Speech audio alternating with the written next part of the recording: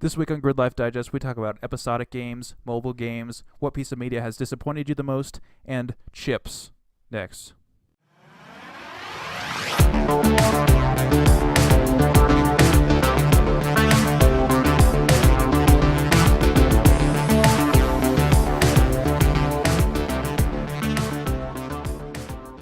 Welcome to the November 29th edition of Gridlife Digest, the weekly culture and gaming podcast, and the number one Octopus Facts from whalefacts.com podcast. My name is Noah Friskop, and joining me is the MILF man, Micah Binfet. We're here. Let's do this. We took a Thanksgiving break. I hope you all had a wonderful Thanksgiving, but now we're back. Also, Pat Matt Kuklinski. One day, I'll get your name right. I can't even speak. This is a great start. Yep. How do you do? Fantastic. How are you doing?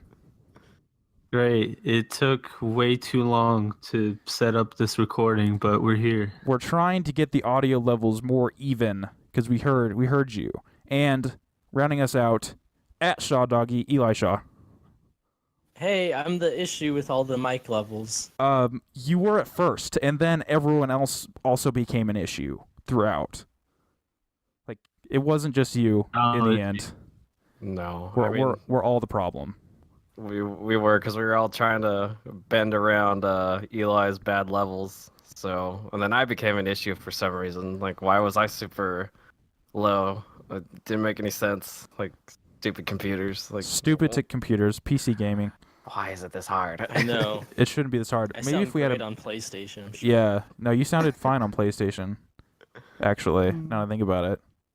Well, not super crisp, but Not super crisp, but like louder at least. yeah, same level at least. You know, if we were all recording locally and we had, you know, a mixer like professionals, this wouldn't be an issue whatsoever. But since we're all remote, it's a little bit more difficult. So, just a reminder, every Wednesday, each of us chooses a topic for conversation, and we recommend a piece of media for the group and audience to check out. You can get the show on iTunes, YouTube, and Google Play every Wednesday, and be sure to check out gridlifedigest.com to see all the content in one place. While you are at it, follow us on all of our social media platforms, at Gridlife Digest on Twitter and at Gridlife Digest Pod on Facebook and Instagram, so you never miss what's happening. Announcements: we should have a new episode of the Gridlife Love Letters Mario series up soon. Don't know when yet. We'll keep you posted. Follow us on Twitter. That's pretty much it. So we have just recently passed Black Friday, which means I'm sure we all acquired nice hauls of new games to play. So what guys have you been playing? What guys have you been playing? Micah, start us off. Let's see. Well, I bought a bunch of games from Black Friday. So to start off, I finished Resident Evil 7 finally after like 3 weekends of playing it. Congratulations. And yep. How spooked were you? I was pretty spooked, but I enjoyed the spooks. It was a good time. But the game it felt like 5 hours too long. Like I don't know. That's just how I felt about it because there's this bossy fight and it's like, okay, I thought you think it's over and then it's like no, but there's 4 more hours of gameplay. So it's like fuck, like I was ready for it to be done, but it wasn't. Yeah, there's that issue with horror games that they always kind of overstay their welcome, unfortunately. Yeah. I've heard that's a common problem, like that Alien Isolation. I heard that was another problem with that. Absolutely. That game. Absolutely. I heard it was like 10 hours too long, Yeah, that one really overstayed its welcome. It's like, wow, this is really fantastic until it's not anymore, unfortunately. Ruined an otherwise great game. Yeah, it's just sometimes, less is more. Like, if it's a small, concise experience that doesn't feel super bloated, that's better than adding another 5 hours of gameplay. Like, We need more hours. Like, more hours. We have to put a bunch of fucking filler in there, like, oh, shove all the horse meat and sawdust in there to make it longer. Yeah. We want them to feel like they got their $60 worth. That's just how it feels like what they're doing. More horse meat. Yep, more horse meat. Shove it in there. Or the new Taco Bell, guys. Resident Evil, or the new Taco Bell. I mean, that's not too far off because there's a lot of weird looking meat in that game. Is that is that a spoiler for Resident Evil 7? It's somehow all tangentially related to Taco Bell. No, I don't think so. Oh, I mean, okay. you look in the refrigerator and there's just meat plastered everywhere and it doesn't look edible. Nice. But I mean, that's Taco Bell too. Do we know Taco Bell's parent company? Is it Umbrella? Do we know that for a fact? I mean, who knows? It could be. I wouldn't be surprised. What a twist. Taco Bell is our version of Umbrella. And nobody noticed this. Yeah, Damn. that's when the Google and Amazon war starts. They're gonna be like the puppet master behind it all. Yep. Taco Bell. Taco Bell. We'll control the populace with our cheesy gordita crunches. And their all their food gives us the shits. Yep. Like, You will all submit and shit. Yeah. You all destroy your toilets. Rip. They're not working. As the Amazon drones fly overhead and the Google self-driving cars crush your house, you're just gonna be shitting. You can't do anything about it. Yep. Powerless. What else have you been playing? Anyway, let's see. Trying to think of what all I've been playing. I finished Life is Strange also. So that's another game I finished. Congratulations again. Yeah. Those I teenage was- girls. Yeah, there's a lot of teenage girls in there, and I think they're supposed to be seniors, but they didn't look like seniors. Seniors in high schools. They're more like barely freshmen. I was like, but I had a good time with that game though. It had a lot of interesting choices, and the main chick, her name was Max, which was kind of weird because, our Max. It's pretty hot. Hella Max. Yeah, so I was just playing as a teenage version of Max, and I could kind of see it. Whoa. I need to play this game now. It all makes sense. Yeah, but and then I ended up buying Before the Storm, so that's the DLC, or not DLC, that's a whole different game. It's the sequel to Life is Strange. But it's a prequel, yeah, Before the Storm, because there's just a big old storm in the first game. And yeah, this is before that storm. Is it like a And metaphorical storm for like teenage hormones? Is there like some subtext? It might as well be. Not really. Okay. But kind of, because the storm is being caused by your actions. Oh, we'll see. This is, I don't know. Yeah. I have no evidence to back this up, but just think about it. Yeah, I kind of see it. But anyways, yeah, I ended up getting season 2 or whatever for $6 on Amazon, because I saw someone posted it on the Kind of Funny Facebook page, like, oh, go pick up the deluxe version on Amazon for $6. So I was like, heck yeah, why not? It's only $6 instead of like 25. Hell So- yeah. And then I played through those first 2 episodes, and they drastically improved it upon the first game. Like, it's so much smoother. Like, it looks like it's a consistent like 60 frames per second. Really? Yeah, and whereas like the first one, it felt like it couldn't even hit 30. I mean, maybe my eyes were just bad, but like it looked like it was 60, which was weird. I feel like that's for not your a story eyes. game. Like that would Okay. be definitely noticeable. Yeah, like it felt like a huge difference. And I was like, oh, thank God, this makes this game a lot more bearable now. Yeah. But- Just how many times is hella said? Because I know that's like one of like the things that is talked about online. But is it like blown out of proportion, or is it pretty common? In the first game, yeah, they say it It's way too unbearable. often. It's unbearable. Wow. Okay. Yeah, it's bad. But in Before the Storm, they toned it down quite a bit. Okay. So they're probably like, we should stop. We need to stop Yeah. now. they're like, okay, expert teenager to help write our dialogue. yeah. It's like we don't know what teenagers are like. How do you do, fellow kids? Please write a But- script for us. Yeah. Hella. It wasn't a thing in 2010 like it is in 2013. So I feel like they put it in the story almost. Oh, so there's like an origin story or like a lore consistent reasoning for it. Well, that's what I'm thinking, because like, who in 2010 was saying hella? Nobody. Bay Exactly. Nobody. Area. I mean, especially in Oregon, like, who's saying hella down there? But in 2013, it makes a little more sense. But and then I'm sure that was like the birth of it, so it was like the new cool thing to say. The birth of Hela. Yeah, Life is Strange, but the birth of Hela. and then Tie into Thor Ragnarok. Yeah. but moving on from that game, I also started playing the Telltale Batman game. Oh, Was that yeah. the Enemy Within? The Is that Enemy Within. Yeah, I'm really digging this season. It's I already put it above season one. Really? It's, That's yeah. really all right. All right. Yeah, I like it a lot more because of the whole I don't know if it's a spoiler, but with Joker, like they don't actually call him Joker yet. He's John just, Doe. yeah, John Doe, like which pretty much means he's just Joe Blow Anonymous or whatever.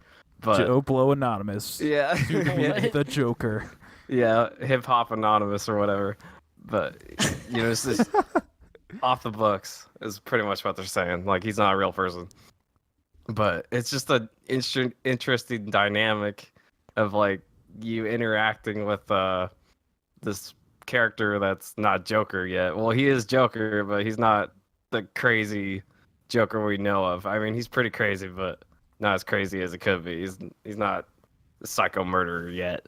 You see like hints of Joker coming through, and I think it's Yeah. really cool. Like whenever he like starts to like slip up laughing, it's like, oh man, Yeah. you're losing it. Yeah. You're losing it. Exactly. Like all the hard work they did on him in the asylum, like didn't work at all. It's just like slowed away by the inner Joker. I would say it did work because he's like trying to actively spread what he was taught in there to the other people, but we'll see how long That's that true. lasts. We'll see how long that Yeah. lasts. I don't know if I could put that above one just because one caught me off guard so much, but it is very good. It's very good. Mm-hmm. Yeah, very good game. I highly recommend it. I do like Uh. the John Doe. I wish his hair wasn't green yet. I wish he kind of I wish he had like the proportions of Joker, but not like the super pale skin and the green hair. I think that could have been added in later. But then again, this is a very vastly different take, and they can do whatever they want with it.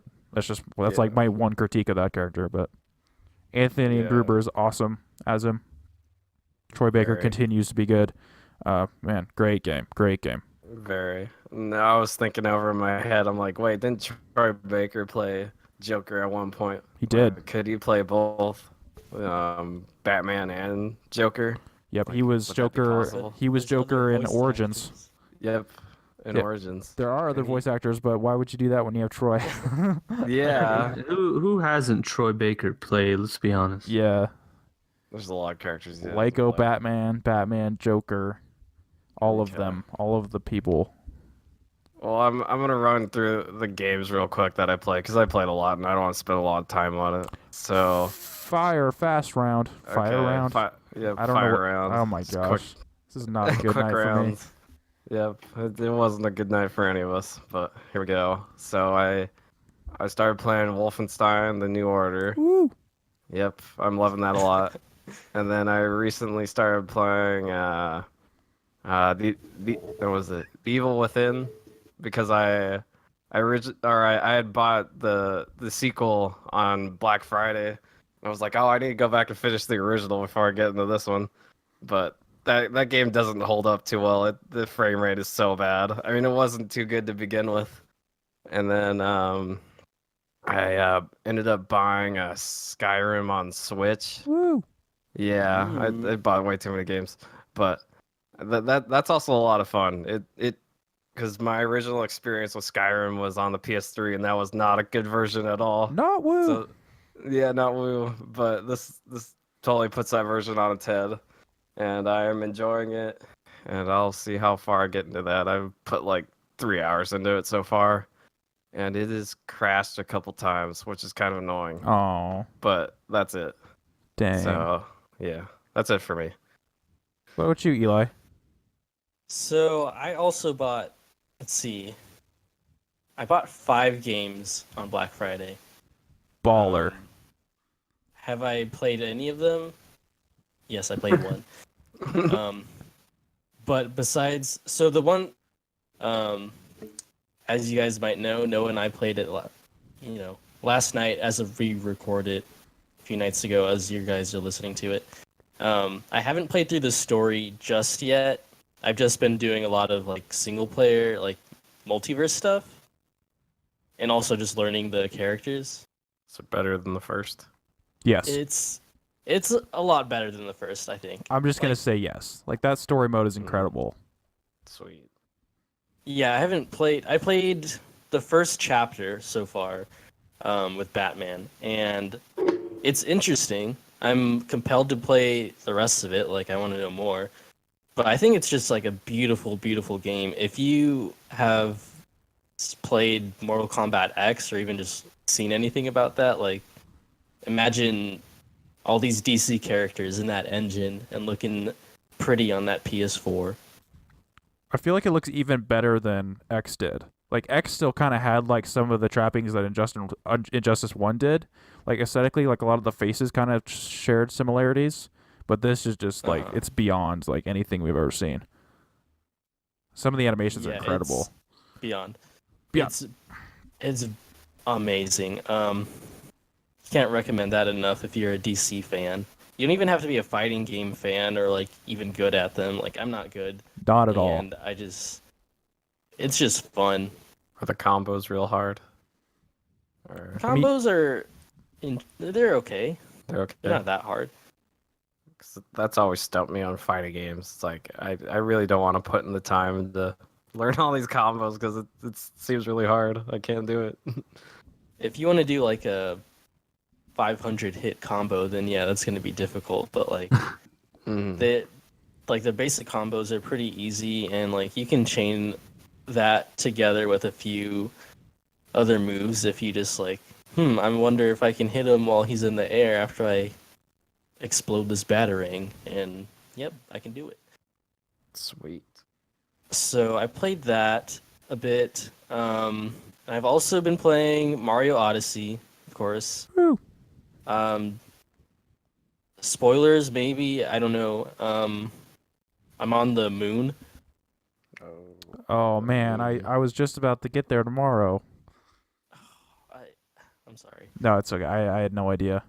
I got one part spoiled for me that I was pretty mad about, but I don't care about the moon. Okay, it's just like another kingdom or whatever. The Moon Kingdom. Yeah, pretty much. The And I think Lunar I've collected about 320 something moons. Out of who knows, 2,000, I don't know. And I'm digging that. I'm digging Mario Odyssey. So those two, and I've also been trying to finish South Park Stick of Truth that I got a long time ago, just so I can start Fractured Butthole. Butthole. Fractured Butthole. You know what they were going for. Oh yeah, absolutely. Yeah, just trying to knock out a lot of Game of the Year, or just 2017 games. We're coming down to award season. Gotta knock them out. Yeah, I've Wolfenstein coming tomorrow, so I can. You're in for a treat. Oh yeah. Well, I got to play the first one first. Then and you're in that's for 2 treats. installing as we 3 speak. treats. 2.5 treats. Yeah, plus the old blood. That's like 6 hours. It's not quite a whole treat, but it's a pretty sizable treat. It's like a fun size candy bar. It's a Or snack. Or like the left side of a Twix. Yeah, One of those analogies. precisely. Shout out to Left Twix. I don't know which one's the best one. I just shouted out the left Twix. Pretty sure that's a thing. The underappreciated Twix. Yep. The underdog. Because it's like how most people are right-handed, I think. What? Yeah. Are most people I guess. right-handed? I mean, yeah, that's true, but like, that's not where I went to. But you know, I can see you it. have to shout out to the lefties once in a while. I guess.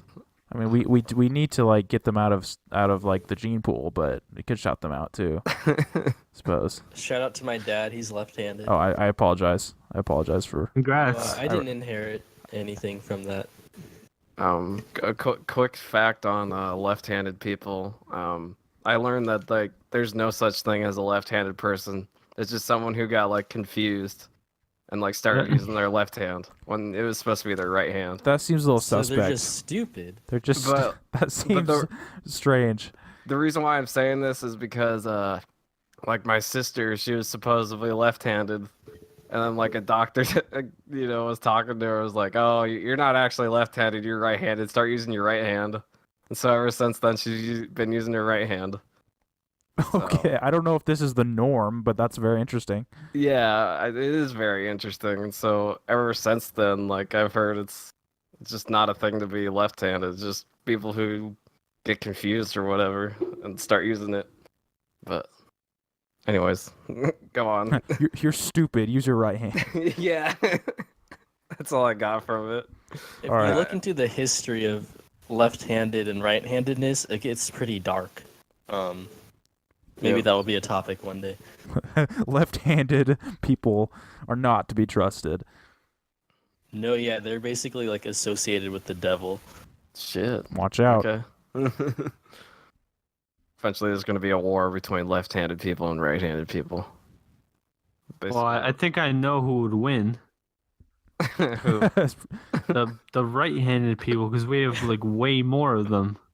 That's true. That's true. Yeah, But just Brad Pitt is strength in numbers. It's Well- not going to be much of a war, I'll tell you that. It'll be like the left-handed people are the mutants. They're all Yeah, off the hiding. outcasts. Yeah, society. they're hiding from us. And then when we They send out, they're going to have like plus boosts. because can't like left-handed like pitchers in baseball like throw faster or something, throw harder. I have I'm pretty sure no that's a idea.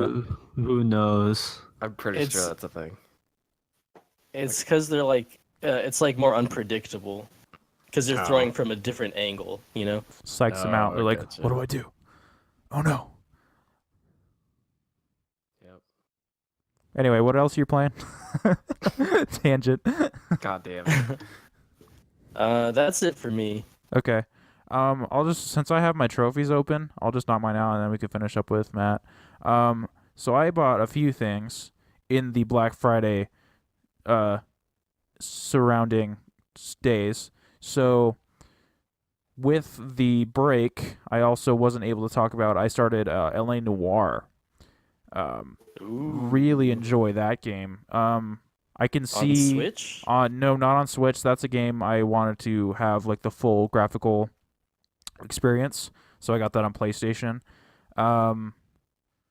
Yeah, no, I really enjoy it. There's most of the facial animation is still really good. There's one guy that's like his tells or like, you have to like examine like the facial expressions to see if they're lying or not. Like he looked like he was having a seizure. That was the only one I was like, okay, that's a little wonky. But overall, not too bad. Really enjoying that. Need to get back to it. I'm playing it in the black and white mode. Very just more stylistically interesting for the setting. Does wonders for the smoke effects, of course. Played episode 3 of Batman. We already talked about that though. A little bit more Assassin's Creed. Beat the story of Injustice 2. That was my biggest Black Friday purchase. Was Injustice 2. Need to get into that multiverse. A lot of fun. And the final one, I got Nier Automata as part of the because I want to kind of clear out some of the Game of the Year contenders before we get into the significant award season, which we're pretty much in. That's a hell of a game. Like I'm pretty. I regret not picking up on it sooner. It initially turned me off because I didn't want another open world at the time, but it's pretty linear. It has like some open sections, but it's overall pretty linear. I think it's at its best when it's linear. The opening like hour is just absolutely mind-blowing, incredible. The music, the gameplay, it all meshes so well. I think I enjoyed that first hour the most out of anything, just because of how structured it was. And So yeah, go ahead. What's the gameplay like in that game? So I'm curious. it's a amalgamation of things. So it is a platinum game, so it is very like Oh wow. melee focused, very fast. But then it also every so often turns into a twin stick shooter, and it feels really good. And so you have your basic melee combat, and then you also have this little drone robot with you that you can use to shoot out with. And while you're just running around, you can like aim like shoulder view to hit like projectiles or whatever. And but then you also have the dynamic of the swords. So it's kind of like this dance of like wearing down enemies with the gun and then going up close and killing them. But sometimes it honestly gets a little overwhelming just with the button combinations, like trying to dodge attacks and shoot and attack with your swords. It gets a little convoluted, but overall it's really fun. It's very fluid. It's not the prettiest game I've ever seen. It's stylistically very beautiful, but just as for in terms of graphical fidelity, it's not quite up there with the other like big games of this year for sure. A lot of just flat textures. I cannot say enough about the music though. It is incredible. That soundtrack needs to earn awards, excuse me, at the Game Awards. I put in my vote for Wolfenstein because that also has a great soundtrack, but every track nearly in Nier is just blowing me away. It's Sweet. honestly almost worth it just for the music alone, but I know that's hard to justify purchasing a game for its soundtrack. Damn. Well, fun fact: I met a localization editor at PAX when I went in September, and he had worked on Near Automata. Oh no shit, that's And awesome. yeah, his name is Dermot Cregan. It's an interesting name, but he said they flew him over to Japan for like a couple months, and he was working on it. So I I'm just found that really neat. That's really cool. I am unfortunately will not be able to hear the fruits of his labor because I am playing it in Japanese. But Really? yeah, I just In Japanese? in Japanese. Yeah, How come? I prefer um to experience stuff in like the native language they were written in. If that makes sense. I just feel like writing doesn't always translate, especially from Japan, Japanese to English. If that Yeah, makes we sense. found Can't some understand bad Stand it, then translations. how's that go? Well, it's just Can you understand? subtitles. I don't mind reading subtitles. I mean, whenever I play a game, I always have to turn the subtitles on, even if it's like English. I just, sometimes I just don't pick up on saying or whatever. So, Yeah, that's true. I think I have subtitles on for South Park even. yeah, me too. Me too. That's weird. Yeah, I usually turn them off in English games, but in Japanese games, I generally don't have a hard time, except when like it's very action focused. It's kind of hard to read sometimes, but luckily the dialogue is at a minimum when that stuff is happening usually, so it has been an issue. I think the voiceovers are pretty good, the Japanese ones. I might switch over just to see if I prefer one or the other, but I looked up on some forums and like game facts about which some people prefer, and they seem to all prefer Japanese one, especially with one of the characters, 9S. I guess his English voice is not great, but might have to give it a go for myself. Um, I think that's it. And then I started playing a little bit of Divinity Original Sin 1, just because, I don't know, I always have the fantasy RPG itch, and I can't run 2. So that's the best I got. Because 2 looks just absolutely incredible, but can't run that yet. Got to build that PC. So, Matt, wrap us up. What'd you play, Matt? Good old Plat Matt. Did you get What any did you plats? play today? I did get some plats actually. Since the last time I was on the podcast, I was playing the Stick of Truth, and I remember telling you guys, this is definitely a game I'm gonna try to plat. And that was like probably a month ago. I got the platinum in Stick of Truth, and then I got the platinum in the Fractured But Whole as well. Damn. And Congrats. yeah, those games were both really fun. Had a blast. Although the Stick of Truth was definitely my opinion anyway. Mm-hmm. It just feels tighter. Yeah. Um It feels I don't tighter know, than like- the So butthole. Yeah, the the butthole stick of is truth feels tighter looser. than the butthole. Like it was just perfect length. It was like 13 hours for me at least. It really and was. It really was.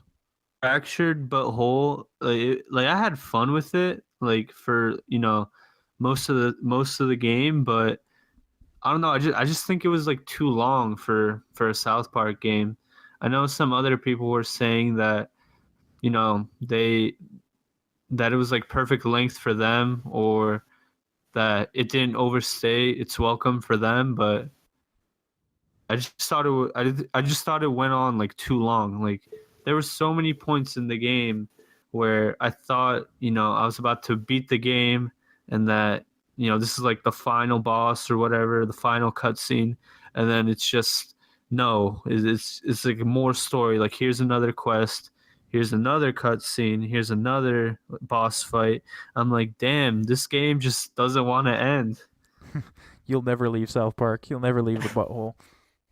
Yeah, but I mean, uh, the game has a season pass, so it's gonna get some DLC.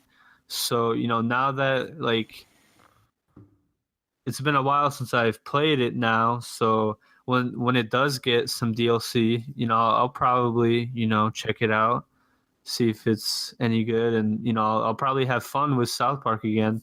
Not that I wasn't having fun with it, it's just it went on for way too long, but.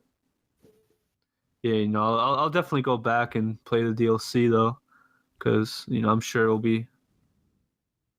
And I also platinumed Naruto Storm 1 because I have the Naruto Storm 4 Platinum, which that game came out a while ago now, but they released like a legacy collection, which is basically a compilation of all the Naruto Storm games in one package.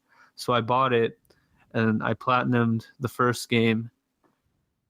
I started the second one. I beat like the main story, and I just have to knock some trophies out still.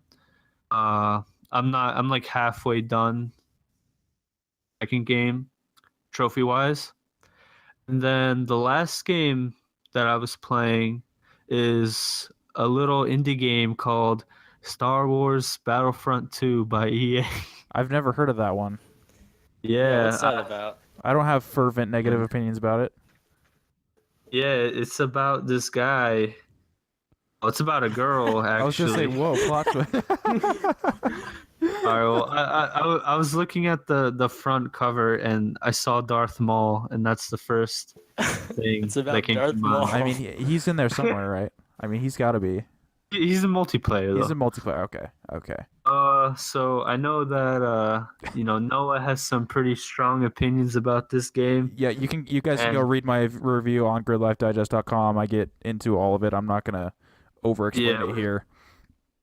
Hey, what you need to know is that me and Noah, we cannot disagree about this game like any more than any human possibly could. Like, like I thought the campaign, I liked the campaign. I thought it was pretty good. It was captivating. The main character was really likable. Captivating.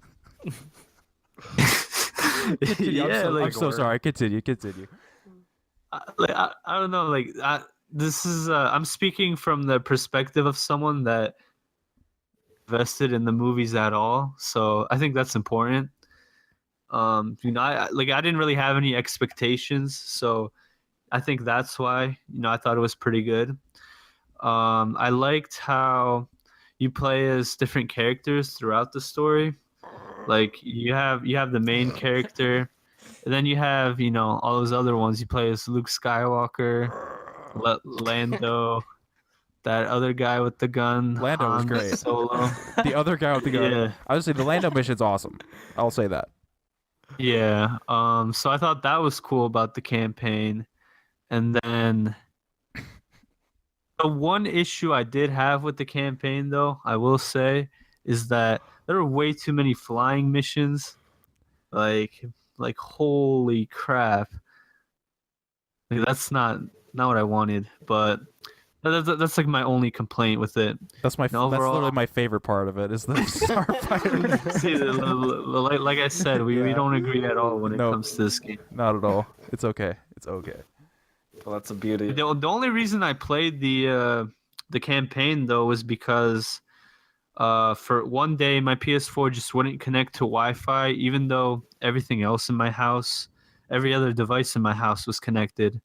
So I was like, all right, well, I might as well try this out because I heard some good and bad things, and yeah, so I played it, I enjoyed it, and then multiplayer, really love, uh, because I'm not terrible at it. Like I think I'm actually like kind of good or maybe average, and in the multiplayer, I've probably put in like a minimum of 10 hours or so, but probably more. Uh, I'm like rank 15 or 16. Yeah, so this game definitely worth the $60 for me anyway. I know some other people in this podcast got the deluxe edition. Yeah, I regret that.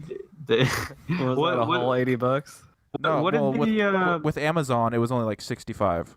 Only 65. what Okay. what did the deluxe edition come with besides like early access? So Loot boxes. basically, it had it had a really nice cover art for one. I really liked the cover art. It was cool. It's just like her in the helmet. That was pretty dope. And then it had just a bunch of random loot box stuff. A lot of like a couple like Last Jedi skins. Even though I would never use the helmetless Kylo Ren ever. The Ray one was cool.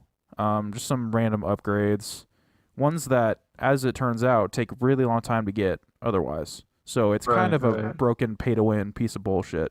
But I know I traded it for LA Noire, so I can't do any more investigative journalism on it, unfortunately. Not yet. Damn, you actually traded it in? I was not happy, Micah. Fuck.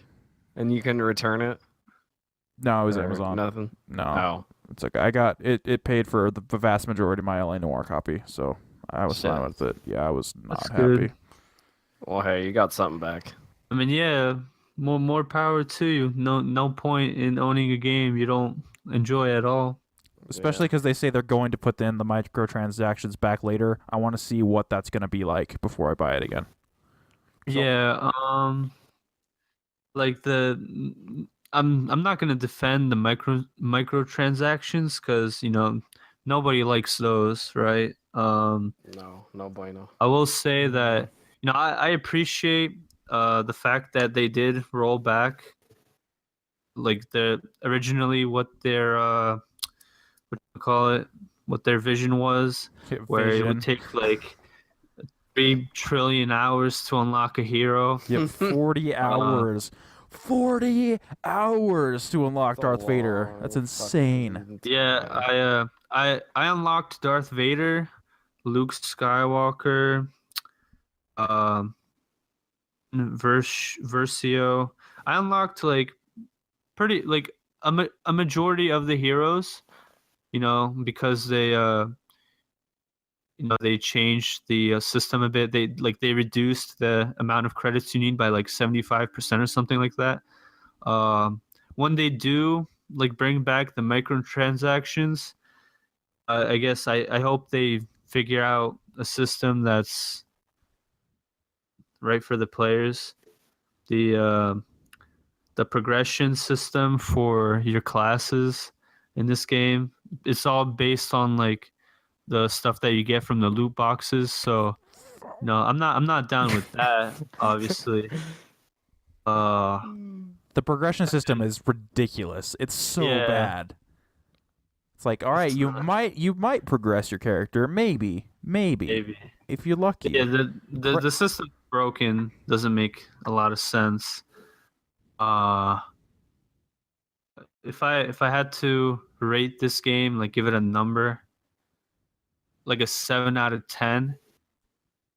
I enjoy it overall, but some things kind of whack. So that's pretty much all I have to say about Star Wars Battlefront. That's really all I've played. I will say that Friday shopping, I did pick up the Witcher 3 Complete Edition Oh yeah, you from did. GameStop. Ooh, baby. Yeah. Yeah, I got the complete edition for like $25 at GameStop. That's borderline So, theft. Like that's like that's ridiculously good deal. I robbed CD Projekt and Basically, GameStop. basically. Yeah. So, only God knows when I will actually play this, but Platinum that shit. Yeah, let alone platinum it. all right, guys. Good luck. There's something even I cannot do. That trophy list is really From bad. what I've heard, like it's like 100 hours plus platinum. I don't know about that one. My total runtime with all the DLC was around 110 hours. I just don't like. I'm sure this is a good game. I'm sure it's a great game. game. But I don't know if I want to play like 100, 200 hours of this to platinum it. So whenever I do play it, I'm not gonna go for the plat probably. Yeah, no. Unless it like really blows my expectations out of the water, which I don't know. Yeah, no. I would say don't go for it. It's not a good trophy list. It's a lot of like do this thing 50 times BS. It's not fun. Yeah, no, It's not fun. That's pretty much it for me then.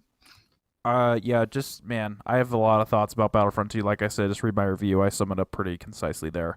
If I start talking about it, I won't stop talking about it. So we'll move on for that reason. So Eli, what's your topic? All right, so my topic, we kind of mentioned a few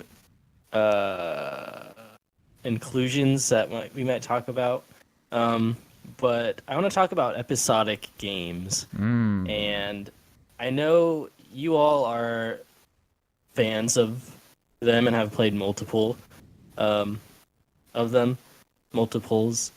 I don't know what's the right word there, but honestly, I gotta say I'm not really into them that much. Really? Yeah, they just don't seem that fun. It's not like the wait that I have a problem with, because I usually do just. I mean, I've only played one, but I think PS Plus gave out a couple of them for free that I just have. So it's not like the wait that bothers me, but it's just like they just don't seem. I don't know. That great to me.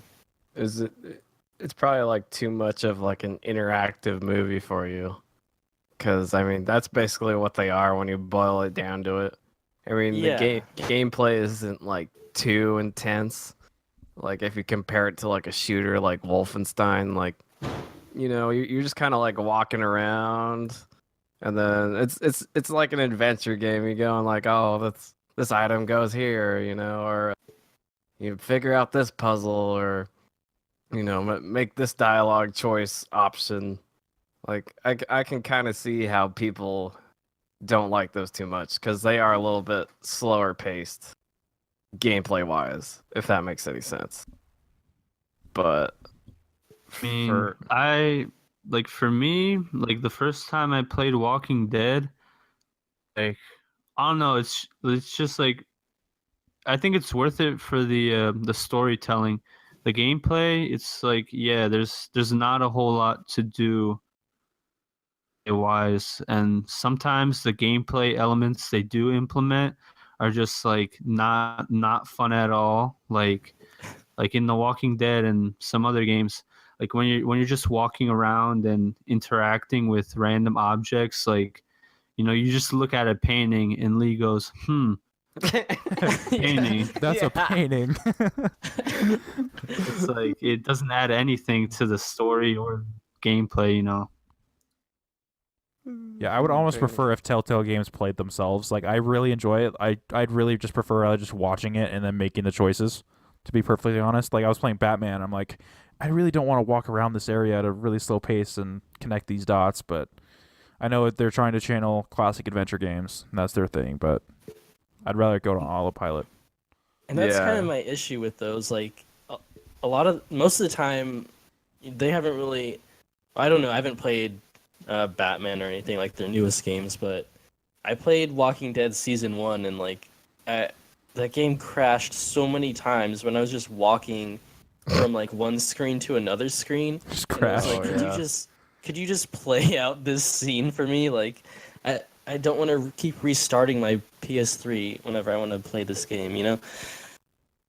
Yeah, the stability is another huge issue. Like I mean, Yep. I They feel have a shitty engine, they have a so really shitty engine, and I feel bad because like 25% of their staff just got laid off. But I hope that oh this is kind yeah. of like a restructuring, which I believe that's the whole point. And maybe they can get a new engine up and running before they take on 17 more projects. I hope. Well, Surprised when I found out like how much stuff they're actually working on. I did not So know much. they had so many games. It's Like, ridiculous. It's totally ridiculous. holy crap. Yeah. If you had like 2 titles maybe going at a time, like one that would make it so people were more interested in them if they were scarcer, and then 2, yeah, just you could spend more time on each individual title making them polished. Oh. And I've Important. played the first season of Walking Dead, and that was great. That was a great story, and I had some issues with the stability of it all. And then I also played Life is Strange, the first season, and I won't even say I played the whole season. I didn't. I played 2 or 3 episodes. And I just like, yeah, it's the mechanics of like trying to incite that feeling of an adventure game that like I don't know if I'm just not a fan of them like trying to do it this way. Yeah, there's the thing I like the most about the episodic structure is that it builds hype for the next one. It's like, all right, you finish it and you're like you can't wait for it to launch, and so like when it is announced like when it's going to come out, I don't know, I get really excited, and I put aside any other game I'm playing. I'm like, all right, I'm going to play an episode of Batman the day it comes out, like no matter what else is happening. Yeah, I mean, I would argue that,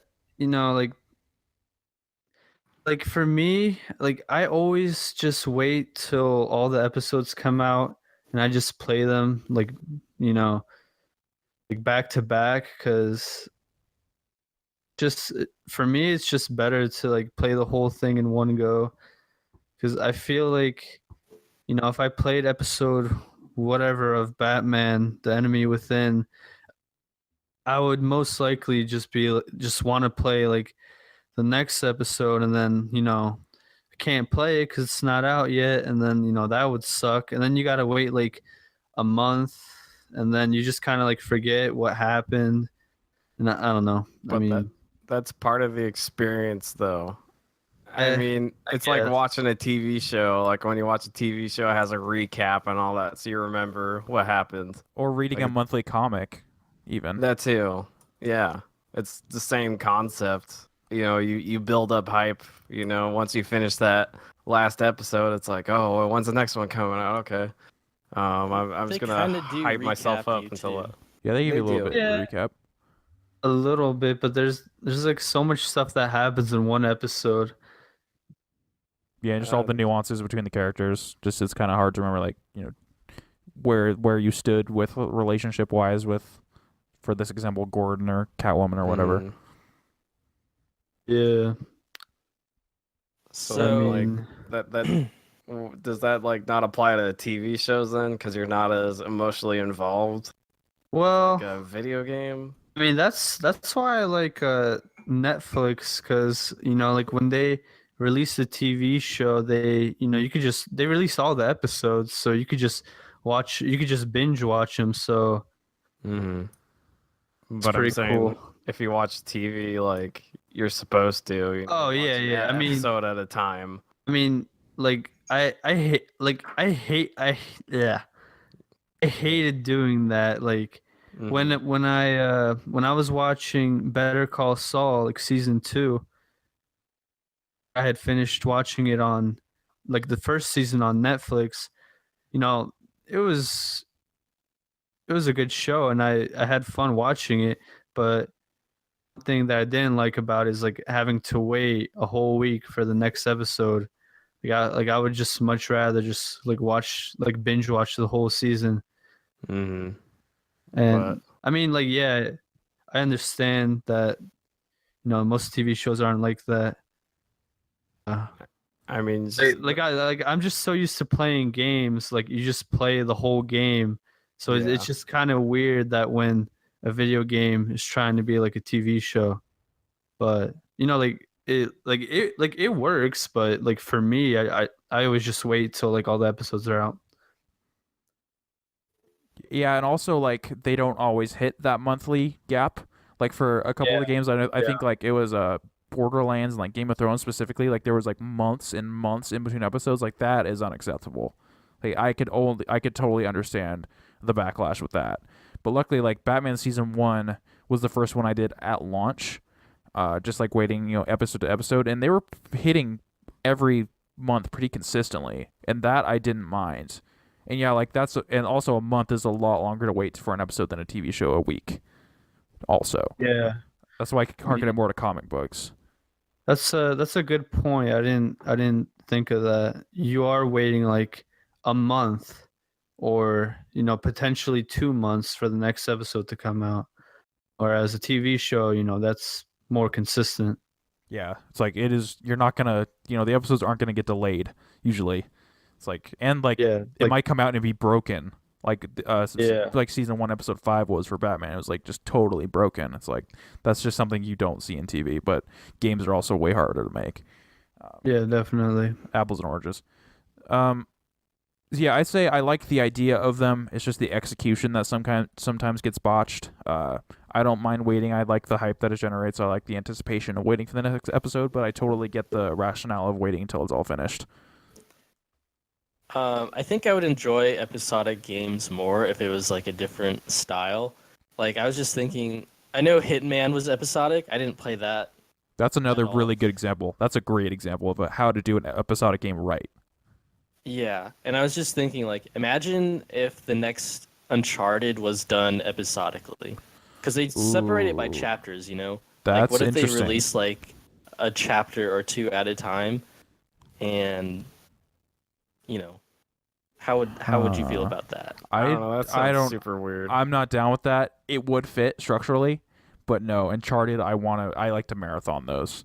So that's not really something I would like. I could totally see it. It's not going to happen, but I can totally see the rationale behind it in the chapter structure. I mean, maybe I if know they in- did like Uncharted episodically, maybe I would finish Uncharted 4. Damn. Oh Get my on God. it. Like you What shouldn't have chapter done you on? crushing to begin. You should have just done normal or whatever and just You idiot! Did you start out with crushing? Because I always start out with crushing. I remember when I found that No wonder. you played a 1 through 3 like that. Like I was just shaking my head so hard you could probably hear it. I was like, "That's not how you're supposed to experience it, you fuck!" Like, oh, man. The one exception was Uncharted Golden Abyss Because you it always wouldn't let say- you. And you always say you like that one the most, so just Yeah. saying might be a Yeah. reason for that. Oh my god. No. Well, Uh, if I could have played it on crushing, You would have. totally You You would have. would've. Oh my god. Just that it was shit. it was locked out. You had to beat the game first, which is total 'Cause that- bullshit. Because that's how they originally were on PS3. Like, you couldn't Yeah. play it on crushing from the beginning because you're supposed to experience it like a normal person and Well- play it on normal to hard or whatever, I not feel like crushing. This is an like Uncharted a fucking twat. intervention happening Well, right now. in case you guys haven't noticed, I'm a crazy person, so You got that completionist blood. Not crazy, you're just stupid. Wow. hey, I'll take it. I'll take it. You gotta finish Uncharted 4. It's so good, but man, there's a couple parts I could see were being very difficult in crushing. During winter break, I'll finish it. There you go. All right, I'm holding you to that. And Yeah. speaking of the difficulty, I know that we're on a tangent here, but there was one section that was like really hard, which like I literally had to turn the game off because it was like so insane. I don't remember what chapter it was, but it was like one of the parts where you're it's you, Sam, and I don't think Sully was there. This is like when you're in like near the desert. Basically, you got to kill a shit ton of enemies, but there's like this it's not a castle, but there's like a door you have to open up. Yeah. The Scotland I part? don't know how to. I don't know. Yeah. All right, so you're in charge. There's a door and a bunch of enemies. Like that could be a lot of Yeah, that's parts. fucking every Yeah. Uncharted chapter ever. You know what? I'm gonna have to get back to you guys because I can't describe this very well. Yeah, no, that's fine. You did your best. Yeah. I appreciated it. Yeah, no, you got to finish Uncharted 4. What a game. What a game. But episodic games. What are some other like good examples of episodic games done right, or is Hitman like the golden child? Well, the thing is, like, I never played Hitman, so how do they do it? So they had, I want to say 6 like locations, I want to say, and they had like a main mission within them, but they also had a bunch of like smaller contracts. So you had a ton of content to do in between drops. So you had like your main mission, and then a bunch of side contracts, and then if you had the season pass, you also had like these elusive targets, which are like these time sensitive targets that you could only do in a specific time window. So there was a lot of incentive to go in while the episode just came out and like do all that content, and then also it was able to have some legs in between launches. Gotcha. If that makes sense. Yeah. So Yeah, I think that makes sense. I was just gonna say that Resident Evil Revelations 2, they did theirs episodic, which is kind of weird. I'm sure they had the game all finished beforehand, but they released them with like a week in between. Oh, week's not And- bad. That's not Yeah. bad. weeks. That's like It's like an I'll old allow TV it. show. Yeah, it's a I'll little allow different. it. but they were charging like $5 an episode, but like no one really bought it that way. They just waited for the whole game to come out on disc or Just whatever. like wait a month for it, basically. Yeah, exactly. But I wouldn't say that game was amazing, but I feel like it did it right and the way it's supposed to be done. It's coming to Nintendo Switch soon. Yeah, Yeah, I would get that if I didn't spend so much money on Black Friday. yeah. I'm thinking about it. Probably not immediately, but I don't Yeah, know with 'cause- sales. I don't know. Because I think that game's gonna be only $40 compared to like 60. That'd be I'm great. pretty sure. That'd be great. But I already own 2 copies of that game on Vita and on PS4, so I don't know if I need a third version. Yeah, probably not. I just thought of the worst episodic structure of all time. I'll finish with that. If you guys can have So- any final, you want me to just go for it right now? Yeah, go for it. Half-Life. By far the worst 3. episodic structure. No, okay. So Half-Life 2 comes out. Half-Life Episode 1 comes out. Episode 2 comes out. With like a 2-year gap in between 1 and 2. And then 3 just doesn't exist still. They had this plan to roll out like whatever 3-4 episodes, and then they just stopped. So I think just objectively that has to be the worst execution. That'd be like just Batman Telltale.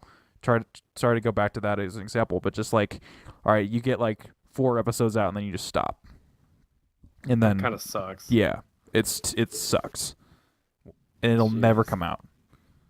So it's just that unending hype, or just the Disappointment. infinite At this point, it's not even blue hype, ball it's of just- disappointment. No, there's no It's hype. a meme. Yeah, it's like the writer wrote out basically what the story was and posted online, and it's like everything we could all want, like all like the Half-Life fans could want, and like I got closure from that, and a lot of other people did, but yeah, no, the game's never coming out. That's so sad. It's very sad. It's very sad because like what he did show and write was like really cool, and there was some really interesting stuff. It's just not gonna happen. Fuck. There's a huge, gigantic cliffhanger at the end of episode 2, and then it's just like cut to black. It's over. Half-Life 3, not confirmed. Not confirmed. There's Not confirmed on our podcast. Nope. Sorry. Sorry. folks. So I know 2 + 1 = 3, and I'm sure one of us had 2 syllables, and then another one said like 1 word, and it all connects, but it's not connected. It's not happening. It's not confirmed. I cry 1 tear every day just thinking about Can it. you imagine how huge our podcast would become if we Confirmed announced it? Half-Life 3? So we have an insider at Valve who just My uncle works at Valve. my uncle's distant relative works at Valve, and Half-Life 3 confirmed, everybody. So have fun. Just see like a Kotaku article about us. Jason Schreier's like, all right, these schmucks over at Gridlife Digest, they got this some insider news apparently. This don't take anything that they say for any merit whatsoever. This isn't happening, and then it drops next Tuesday, and then we blow up and we're millionaires. That's all I'm saying. Ooh. It's like, oh, this one guy's Gunkle. He's got the inside scoop. It's like he will not be named,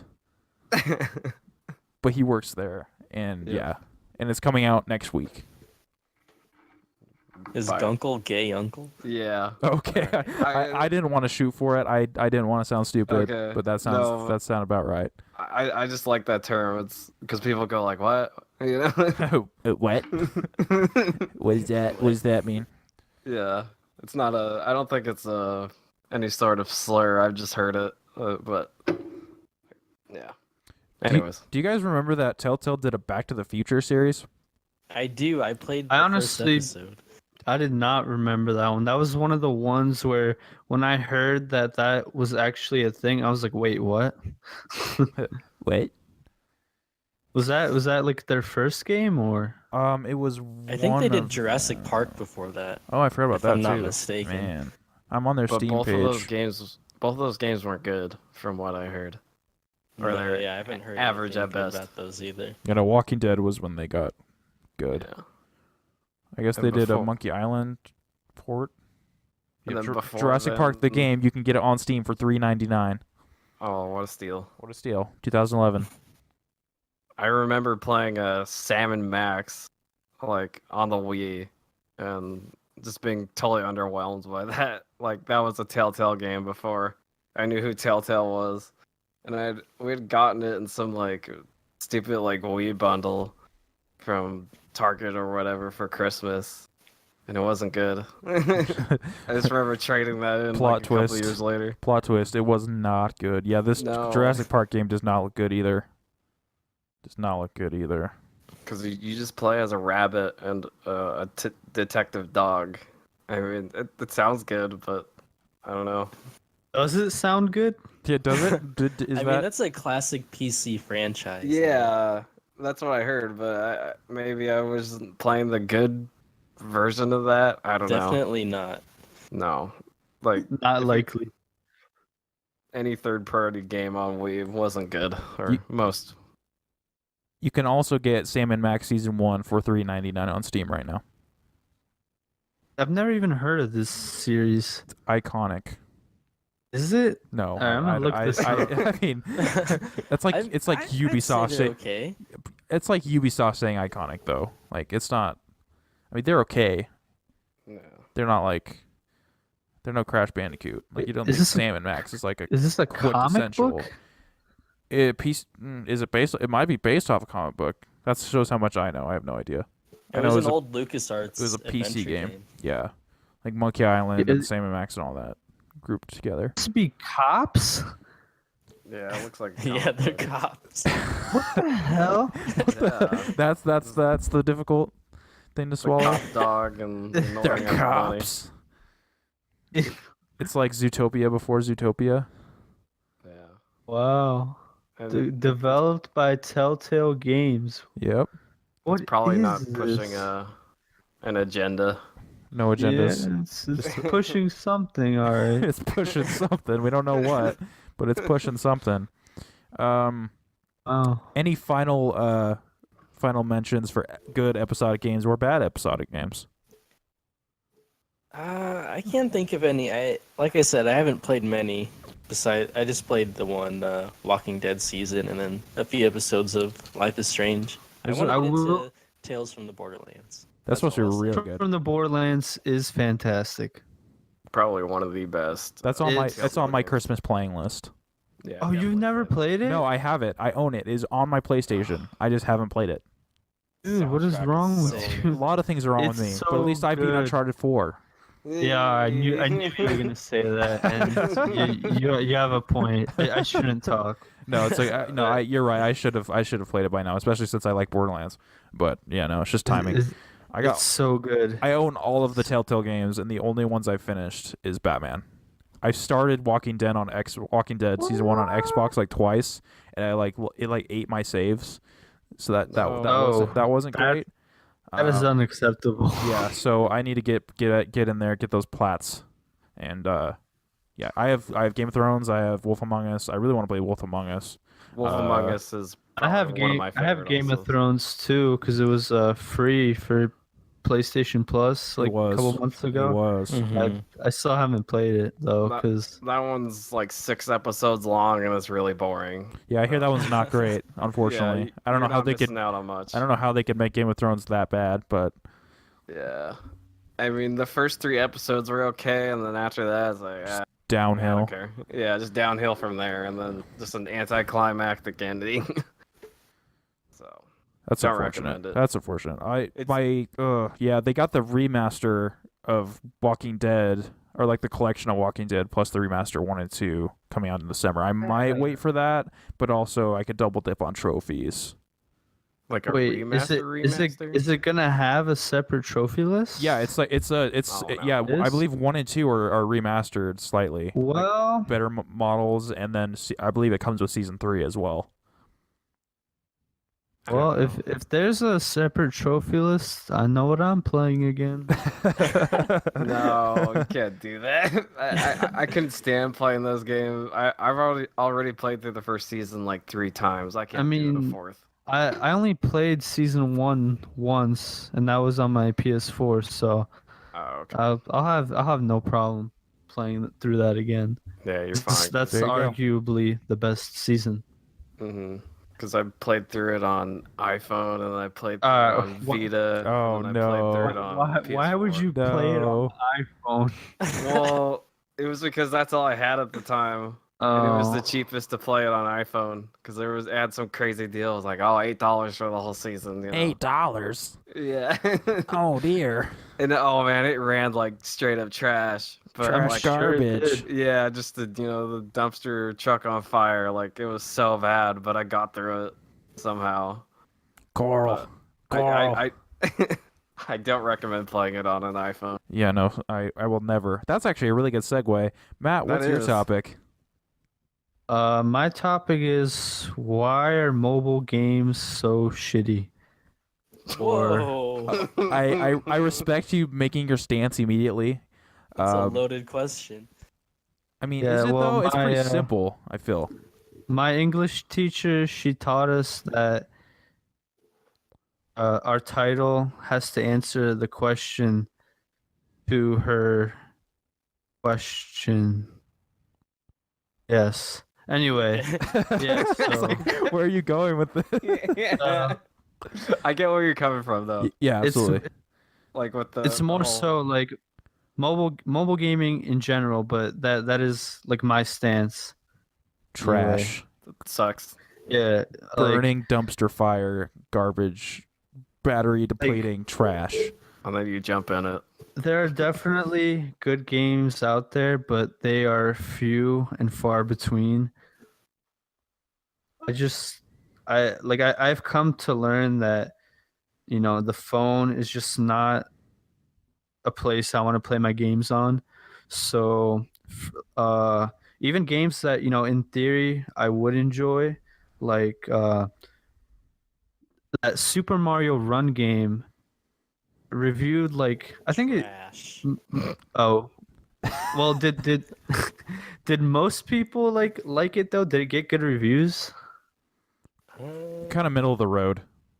Okay, because that game, like I'm not gonna lie, I was a little bit hyped for it because I'm like Mario's fun, and so a Mario game on the phone, that might be fun. What could go And wrong? Yeah, I played it and I'm like, okay, this is like kind of fun, but I really turns out I really don't want to play Mario on my phone. It's a really good Then- idea, except when you realize it's not. Yeah. And then other things like there's a Kingdom Hearts game on the phone which I played a little bit of. Um, it wasn't anything too special, and I don't know. I just didn't like the gameplay. It's like a lot of these games are just like swiping. I don't know. I just don't like. It's not very interactive. I feel like, and Well, you're gonna have to hold on to that for a while because Kingdom Hearts 3 isn't coming anytime soon. Mm. You have to keep replaying the swipey kingdom swiping hearts. yeah, Swiping. Gosh. Featuring Snoopy. yeah. Like I haven't Snoopy. found. That's wrong cartoon character. Okay. Goofy. I'm into this. Yeah, that one guy. That one fucking Disney character. That one Hey. fucking guy. Yeah. He's a good character. All right. Have you seen a Goofy movie, sir? I have seen it. I have. and High it art. was- High great. art, sir. It was great. Is that the one with his son? Yes. They Yeah. both have his son. Okay. I don't know. He goes to college. He That misses makes him a very Johnny much. Goofy movie. Okay, I get them mixed up. That show. I'm not up on my Goofy lore, apparently. Neither am I, because I call him Snoopy. Yeah, apparently. Gosh. Guilty. Oh god. There's a So, really yeah, I don't know mobile games. what it's for, but there's a really funny video. Just search Goofy serial killer or something. Oh, Yeah. Okay. It's really good. I'll I send it know. to you. I know. You I know what what I'm that's You know what from. I'm talking about? You know what that's from? Okay. Yeah, it's from the Pink Guy album. Okay. Yeah, it's Pink Guy. Yeah, it's There's like an animation for it though. There is. Yeah. Oh well, yeah. I think I may have seen that before, but it's a song from the album Pink Guy. Okay. I had no idea. I just saw this animation clip of it, and it's it's the funniest thing I've ever seen. Or I mean, have you ever heard of Filthy Frank? Yeah. Oh my Oh, god. okay. It's his album. Okay, that makes a lot of sense. Yeah. For those of you who don't know, I googled Goofy serial killer. So we got just Wikipedia. You can trust it. Of course. Is Luis Alfredo Garavito Cubilos, also known as La Bestia, aka the Beast, or Tribilin, named after Disney's character Goofy's Goofy. Latin American Spanish name, Tribilin. And he's a Colombian rapist and serial That's killer. really terrible. Wow, that's not the result I was looking for, unfortunately. Oh, okay. Yeah, it's a comedy piece, but that's an interesting choice for the gentleman. Yeah, so I hope he rots in hell. I looked up the album and it's track 34 out of 35 on the album. Holy If Okay. you guys, shit, 30. if you guys Wow. want to check it out. Just find the animation. It's like a 2-minute clip. It's hilarious. Yeah, or you could do that. Yeah. Do you admit to killing these children? Guilty. Oh, no. It Yes. really is hilarious. I'll do it again. Yeah, some mobile gaming, guys. Mobile gaming. They take up your storage. They do. They suck your Yes. battery down. Touchscreens Yes, they suck. do. There's nothing good about them. Honestly, There are good mobile They- games, but just on principle. And also their business practices are toxic and have leached into real games. It's Yeah. bad all around. Not a fan. Although Animal Crossing, pretty fun. It just took up too much space and sucked my battery. I'm So, space. How much as we space does that take up? speak- Oh yeah. Sorry. Tell us more about Animal Crossing. I want to know actually. Oh, you want to know about the Animal Crossing? Yes. Yeah. So literally the only reason I got rid of it was because of the space thing. It really didn't affect my battery that much, to be honest. I just couldn't save anything to my phone because that's how I even deleted. I couldn't I was at the point where I couldn't delete any more apps that I didn't use. Like I had to delete Wow. my room soundboard, and I was very sad. But Oh, you no. got to make sacrifices. It's- Why did you download that in the first place? You The know, roof. some things are better left unsaid. And it's basically all of the busy work of Animal Crossing, but it doesn't feel like busy work because you're only doing it in little chunks. And so basically the premise is you get like your little campsite or whatever. And so you have to go around in your camper to all these different little locations and like farm for plants or do whatever the other animals want you to do. You're basically a little slave to these animals. That's the subtext to it. And you get clothes and you get furniture and you craft stuff and you make your perfect little campsite. That's pretty much it. You could be Sounds like Animal Crossing. sounds like Animal Crossing, but without a lot of the compelling parts. But it's still fun. Like it's not like bad or anything. It's one of the better mobile games I've played. It actually fits well with touchscreen.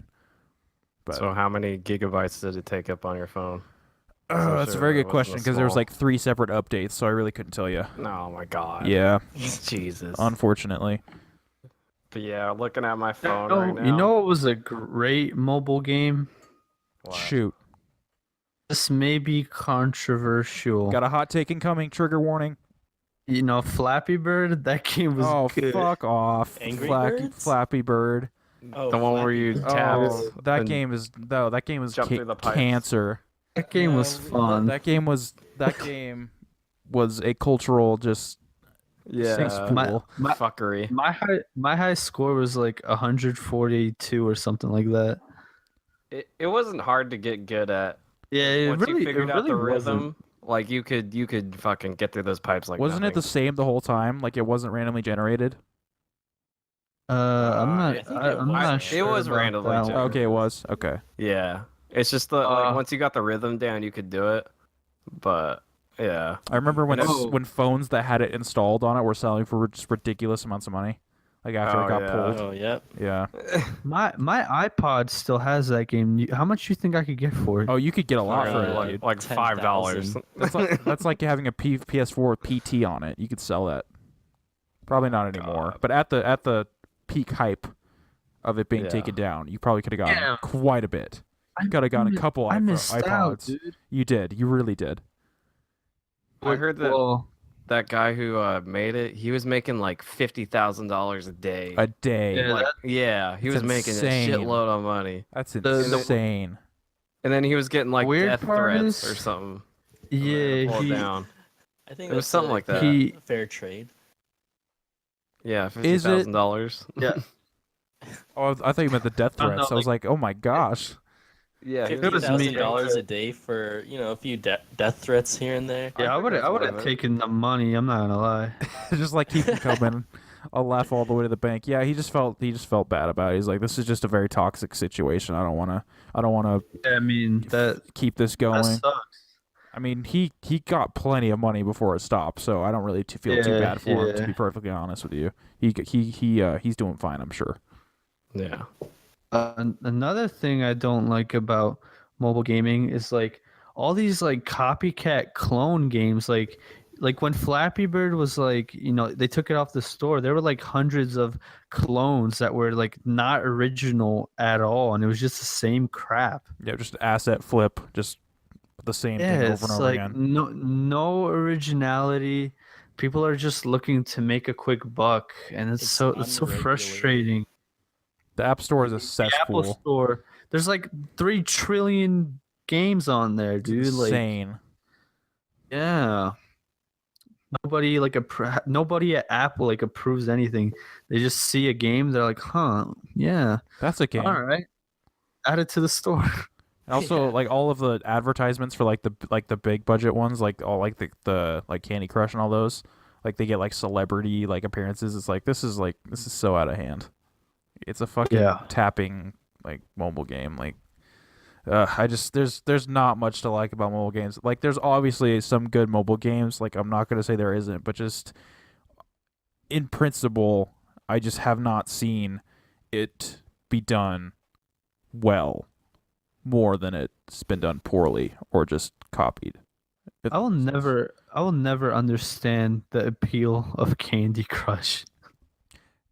Like, what's I'm right so there. fun? I'm right there with you. so It's fun easy about and it's taking gratifying. candy. It's easy. You get that nice little dopamine hit. Like I felt like like a few moments, everyone and their grandma's uncle was playing that game. Like, And their Oh dog. yeah. yeah, and their dog too. I'm like, what? This game is not fun at all. And then I saw like on the news, this was like way back, like it was on YouTube or something. It was like a news broadcast where this reporter was talking to a woman who was like, "Yeah, I uh I spent like $800 on lives to keep playing or something." I'm like, It's insane. what? The Yeah, like whales, man. The whales. That's a whole other issue. The whales that keep these games afloat with like less than 1% of the population playing. That just they rake in so much money for the companies. It's crazy. Remember when Activision bought? It was King. King, That yeah. makes Candy Crush Yeah. for like $3 trillion. Like this will be Oh, this will be a long term investment, and then it's like you haven't heard of Candy Crush in a while, have you? nope. I'm sure they regret. I'm sure they don't I'm sure my regret mom that. has. Maybe. I just feel like it just is not nearly at the place that it was a while back. Not even close.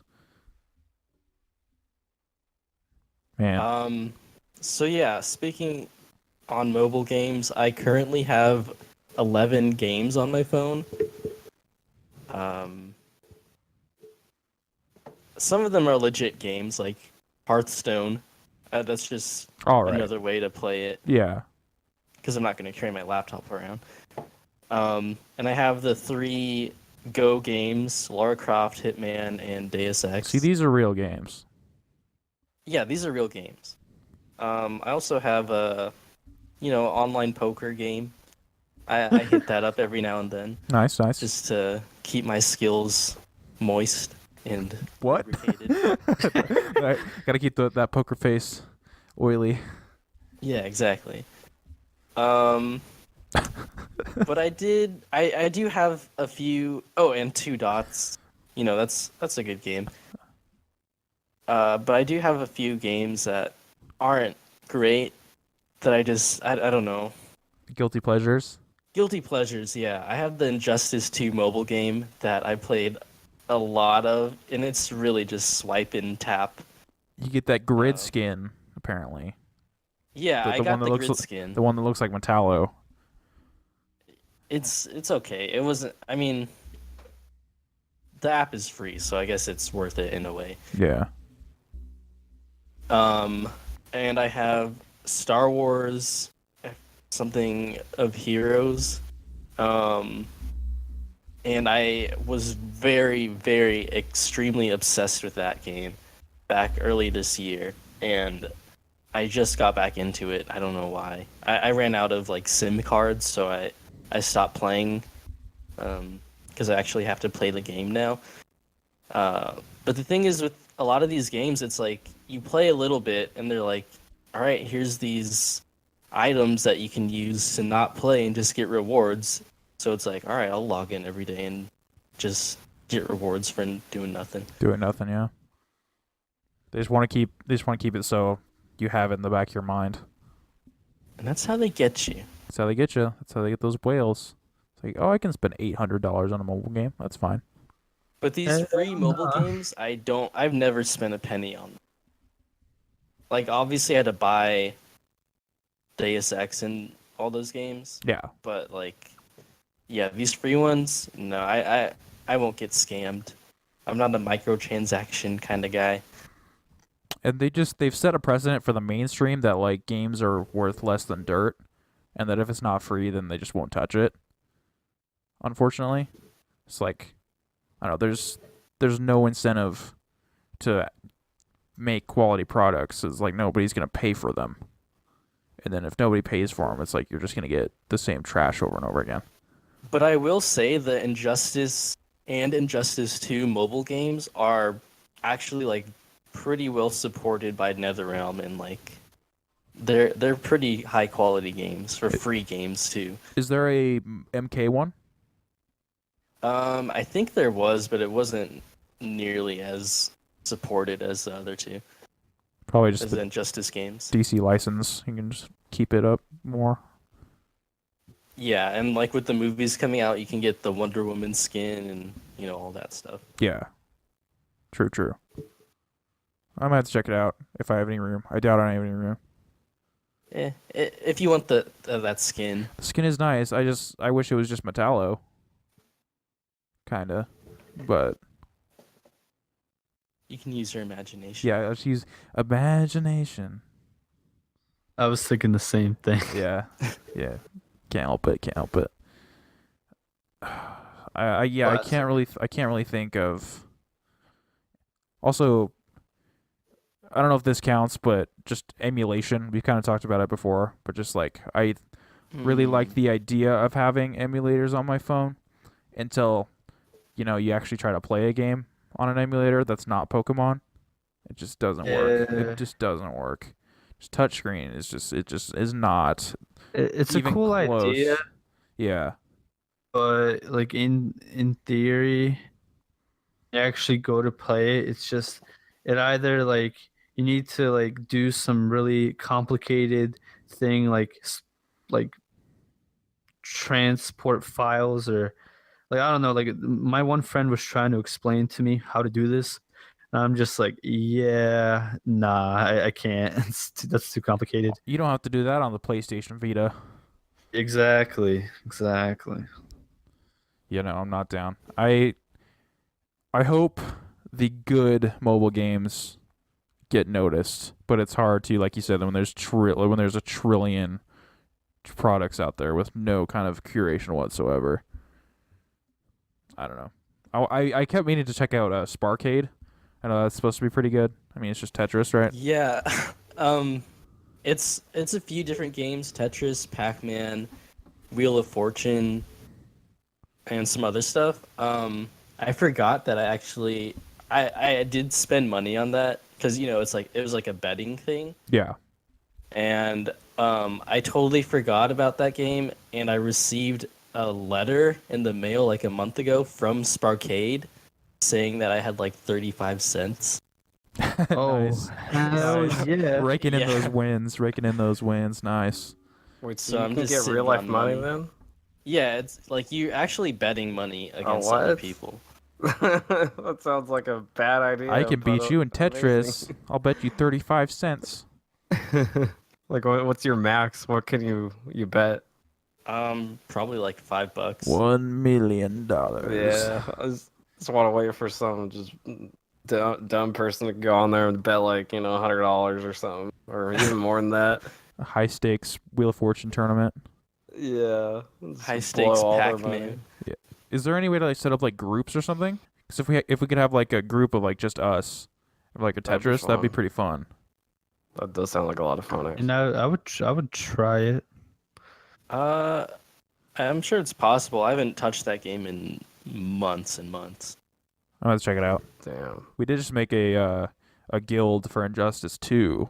If you wanted to join that, I don't know how active it's gonna be, but it's all decked out green, nice and pretty. There. It's there if you need it. Get those rewards. Get those guild mother boxes. I don't know how they work, but you can get them. Let's see. Yeah, I'm not. I mean, it couldn't be more obvious that I'm not a fan of mobile games. So we could probably move on. Last shout out. Go for it. A good, really creative, interesting mobile game is Device 6. I don't know if you guys have heard of it or played it or Elaborate. anything. I have no idea what this is. So it's kind of like a interactive story, or like it's hard to describe. It's like a puzzle that uses your phone as like I'd say like a window into the game. So you like Mm. a lot of it you're reading like a story, like a book or something, but there will be like interactable like things in the story. So like you'll have to watch a video in the middle of like a paragraph, and like a few pages later it'll be like, remember that video you watched? Or not, it's not like that blatant, but it's like there's like a lock to get to the next part of the story, and it's like you have to go back to the video, and like there'll be like numbers flashing on the screen, and then you go back to the lock and like you use the numbers to, like, get into it. That's creative. It's I'm selling it pretty short. Like it's really crazy. I'd say check it out. I don't know if it's still. I don't remember how much it was. Maybe like $2. But if you So wanted it's to. $4. Oh, okay. That's not too bad. Is it like one of those choose your own adventure books almost? Like, oh, if you want this to happen, turn to this page. Or if you want Not the really. No? It's kind of like a. I don't know how to describe it really. Okay, yeah, I'm looking at the videos though. It looks like you're just reading along. And then like you said, it's like looking into a window. Yeah, and like some puzzles will have you like flip your phone a certain way to like read something, or yeah, it's hard to explain, but I had a really good time with it. It to me, if you guys remember like the hype around The Witness, where people were like drawing maps and stuff all over their arms and whatever, Oh yeah. like they're that obsessed with it. I was kind of that's how this game was back when it came out. I remember, like I just had note cards of numbers and like different like letters The numbers, Mason. coordinating to. Yeah, it's like that. It makes you feel like you're being brainwashed. I don't know if I see that last point. I was interested until the brainwashing. I don't know. I But don't in know a if I like. good There's good brainwashing, I guess. Okay. Yeah. Okay. I'm down to get brainwashed. I'm- I volunteer as tribute for this brainwashing. Well, that's interesting. I can't believe we didn't mention Pokemon Go at all.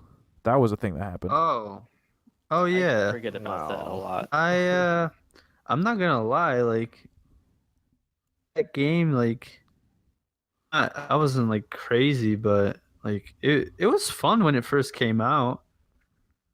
One was playing it, and like my friends, like I had a group with like some friends, and we just went to like all these different places. Like we went to like this cool park. We went to this in the next town over, which is like where Princeton University is. Mm. And there's so many hot spots over there for like Pokestops and everything. And we just went to like all these different places, and that game was really fun when it came out. But then my friends were like, "Cool anymore, so we're not gonna play it." And It's then not cool, man. We can't play. I'm that not gonna play anymore. it. So yeah. Yeah, that might be my most positive mobile game experience. There Yeah. was just like one day in particular, like around when it came out, where me and a buddy of mine, like just went out just in for like several hours, just like messed around and collected Pokemon. Like we went to there's a lake nearby where he lives, and we just like walked like almost the whole stretch of the lake, just looking for this one gym that was like way out in the middle of nowhere. And then like we finally got there and there was like nothing there, and I was like, oh shit. But then it was fun. We are hoping like we'd have some water types next to the water or whatever. And then we scared away a couple people that were also there, because I have, like I mentioned before, I have a Crown Vic, and they thought I was a officer. And it was like after hours or whatever, and we were supposed to be there. Nice. Yeah, that was pretty fun.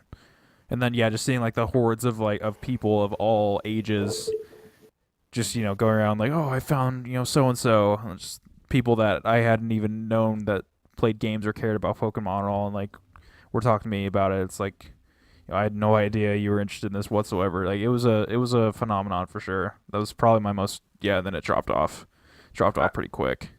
I just remember when that came out. I feel like that brought out like all the fake Pokemon fans. Oh, yeah. It's like, the only Pokemon yeah. you know of is Pikachu. You know, fuck you. You can't be playing this game. Fuck you. Fuck Yeah.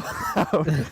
Yeah, that's really what pissed me off about it. It's like you don't really know any of the original 151 Pokemon, so you can't be playing this. You don't And know then- Kangaskhan? Fuck you. Fuck you, Yeah, man. fuck you. But that's all I remember about it. And then when I played that game, it was actually while I was on vacation, and we were coming back from South Dakota for like a family reunion. And so we were hitting all the hot spots on the way back to Washington, and that was when that game came out. And so it was kind of neat playing it while traveling. But like once I got home, I just forgot about it. I'm like, I don't care about this game anymore. I mean, it's Pokemon, and you can run around outside and look like a dumbass, you know, pointing your phone at places and flicking your thumb or your finger or whatever. You don't look like a dumbass when everyone looks like a dumbass. Like everyone was doing it. true. It's like it's fine. The highlight was guess. I caught an EV in my bathtub. Like that was like it wasn't gonna get any better than that. Oh, okay, that's when you peaked. Yeah. When that game peaked. That's I peak every time I think about EV. Big fan. Yeah, but I mean, it was cool at first, but thinking back on it, it's like, it's kind of lame. Yeah, it's like, oh, he's out in the world. It's like, no, it's like he's just a static like animation that just happens to fall wherever you're pointing. You And know, then it's fun. I remember hearing about that one person who like he just like quit his job and used his whole life savings to travel the world and play Pokemon Go. That's crazy. Yeah, Andrew Goldfarb? Yeah, it's like, is this the Andrew Goldfarb we're talking about? was it? I don't know. I No. mean, No. I do know of someone like that because, like, I used to watch his videos. He was like, basically, like he made a YouTube channel just focused on Pokemon Go. Gotta get on And- that hype train. Jeez, how? Yeah, he has like over 1 million subscribers now, I think, and What? like, yeah, he traveled all over like the world because Oh, you know different regions have like exclusive Pokemon that you can only catch there. So he traveled like to all these different places, and you know, Pokedex completely filled up. He is So how he is the real Ash Ketchum. Yeah, I guess you could say. How many generations do they have now? Do they just have the first two? I think 'Cause they're starting to They, roll out. they have Sorry. the third, like for Halloween you could catch some of the third gen ghost type Pokemon. Mm. So it's not like a full third gen. It's like they just started like rolling them out basically. Give me Trico. I want that Trico hotness. So Trico's good, but Torchic is the best, obviously. Whoa, okay. Nah. Leaf Yeah. Blade. Leaf Blade. And fuck Mudkip. Let's be honest. Whoa. My little brother is Mudkip obsessed with is- Mudkip. He's so cute though. He is cute, but that's all he is. But fuck I him. mean- Fuck Mudkip. You Out like, of the you like three Mudkip? Fuck you. He's like he's the irrelevant. Bulbasaur of the third generation. Mudkip is fake news. But Swampert is amazing. Swampert's pretty cool, Yeah, but he's a Yeah, boss. how can You, you you talk give him shit Ice about Beam, Mudkip? and he can destroy any grass type. This you is know? this is Oh, the first time I've heard anything bad about Mudkip. yeah. Really? I didn't know there was anything bad. Hating ass hater. He was Because great in the show too. yeah, because when I think about the third generation of Pokemon, like there are no bad starters. Like you can't go wrong with any of them. You know, Trico's still my boy. Yeah, Torchic or Mudkip, you can't go wrong. You just can't. Whereas, like, looking at all the other generations, like, there's obviously the ones you're not supposed to pick. But, yeah, that's how I look at that. Yeah, no one picked Chikorita. What the fuck? Chikorita? What kind of a fucking name is that? What generation was that from? That Yoda? was, Okay. Second, yeah. Second generation? Okay, I remember Yoda. that. Yeah. And there's so much buzz surrounding Pokemon Go. Like, I remember, I think it was like T-Mobile like you could get free data for playing that game. Oh, Oh my that's god. Oh my! Yeah, Is- like have we I gone got too charged. far? Yeah, you wouldn't get charged if you're using your data for Pokemon Go. That's that's like crazy. one of the reasons why like I went in on Pokemon Go is because it was like basically free to play at that point. Like, I mean, It you know, it's couldn't still be any free to more play. free. That's what I But was trying to say. Like, it wasn't gonna tank my data, so I took advantage for a little bit. might as well. Yeah. Pokemon Go. I That want was a that good Switch few Pokemon game. months. I want that Switch Pokemon game real bad. 2019? I'm gonna say 2019 probably. 2019. I'm gonna say 2019 will be Pokemon and Metroid. And Kingdom Here's Hearts on Switch Dreamland. confirmed. Dreamland. All right, the day that Kingdom Hearts comes out on Switch will be like actually 2027, like not the hyperbolic 2027. I don't know. When it wasn't there some 3DS ones, so maybe it's not too outlandish. Oh, there were too many 3DS ones. Okay, Let me so tell you. maybe it's not too crazy, but I don't see that happening. I still don't think it's coming out, but if it does come out next year, I still owe you a pizza. All right, so we kind of talked about this a little bit in the start. I realized I'm about to go back on what I had said before, but I just want to know what piece of media has disappointed you the most? That's a Piece of good media? Like, question. Yeah. What do you mean exactly by Like piece of a media? game, a film, a book, like whatever. Like Oh. what have you just been like totally appalled by its lack of quality? It's like something you were really excited for and it just was a complete letdown. Huh. You mean to drop a hot take? Drop a hot take. Wonder Woman. That's a hot I- take. That is hot. That is a hot take. I did not enjoy anything about watching that movie. Anything? I mean, I enjoyed the setting, but the film itself, there's nothing I liked about it. I think it's really overrated, but there's still a lot to like about it. No. Man, Oh, that's no. you get crucified. Don't say that in the Kind of Funny group. You'll get crucified. No, I got kicked out of a group chat because I said that. But yeah, it's just an awful, like, it's not a well done film at all. It is. It's kind of choppy and just I don't know. Yeah, it's not. It's not. The people that were saying like give it an Oscar, I'm like you're fucking crazy. No, nothing in it deserves an Oscar. Yeah. Wait, you're saying you didn't like how Ares had his mustache the whole time? Like in ancient Greece? Under his mask. Under his mask? No. Like in the flashback, he had the mustache. You didn't like that? You weren't a fan of that? I don't like that he looked like Lupin at every single point in the story where Yeah. they showed him. He had the same face. He It's didn't look like a god or a demon or anything. It had like the opposite problem that Justice League had. So it's like, all right, we can't get. It's like, all right, we need to get rid of this guy's mustache, and the other one's like, we can't get him to get rid of his mustache. Sir, please shave your mustache. No, just for this scene, it's like, no, I'm keeping it. In ancient Greece, I'm gonna have this fucking pompous British mustache. Oh man, like the plot was bad. The CG was bad. There were so many horrible lines. The characters, they're fine, I guess. I thought the characters were the best part of it all, Yeah, and just the whole like fish out of water, like overcoming societal norms. I thought it was cool. it wasn't funny. The only times I laughed, and it really tried to make me laugh. It did, The only times I laughed was when they were on the boat. and like From we don't the need men for mascara. pleasure or whatever. Yeah, Yeah. and I was like, all right, that's kind of funny. That was good. That was good. Other than that, I'm not a fan of what's his name, Steve Trevor. Yeah, Steve Trevor. Not him. I'm not saying I'm not a fan of him. I'm not a fan of his assistant. Like, Yeah. Good lord. Yeah, she was Please stop. shoehorned in there pretty bad. I don't even know. I liked nothing most. I I like. liked most of the action stuff. It's just there was way too much slow motion. Yeah, there's so much slow motion. There's slow motion when she jumped over a fence.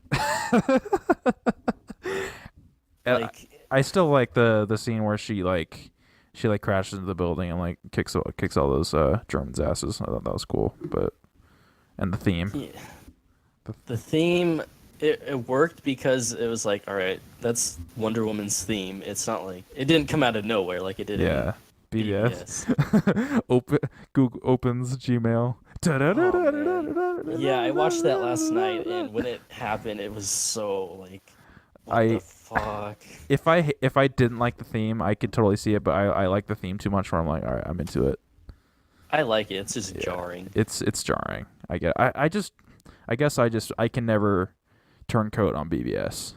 I'm very stubborn with it. It's like every time I rewatch it, I'm like, yeah, I still feel the same. Strange. All right. I put BBS over Wonder Woman probably even, For sure.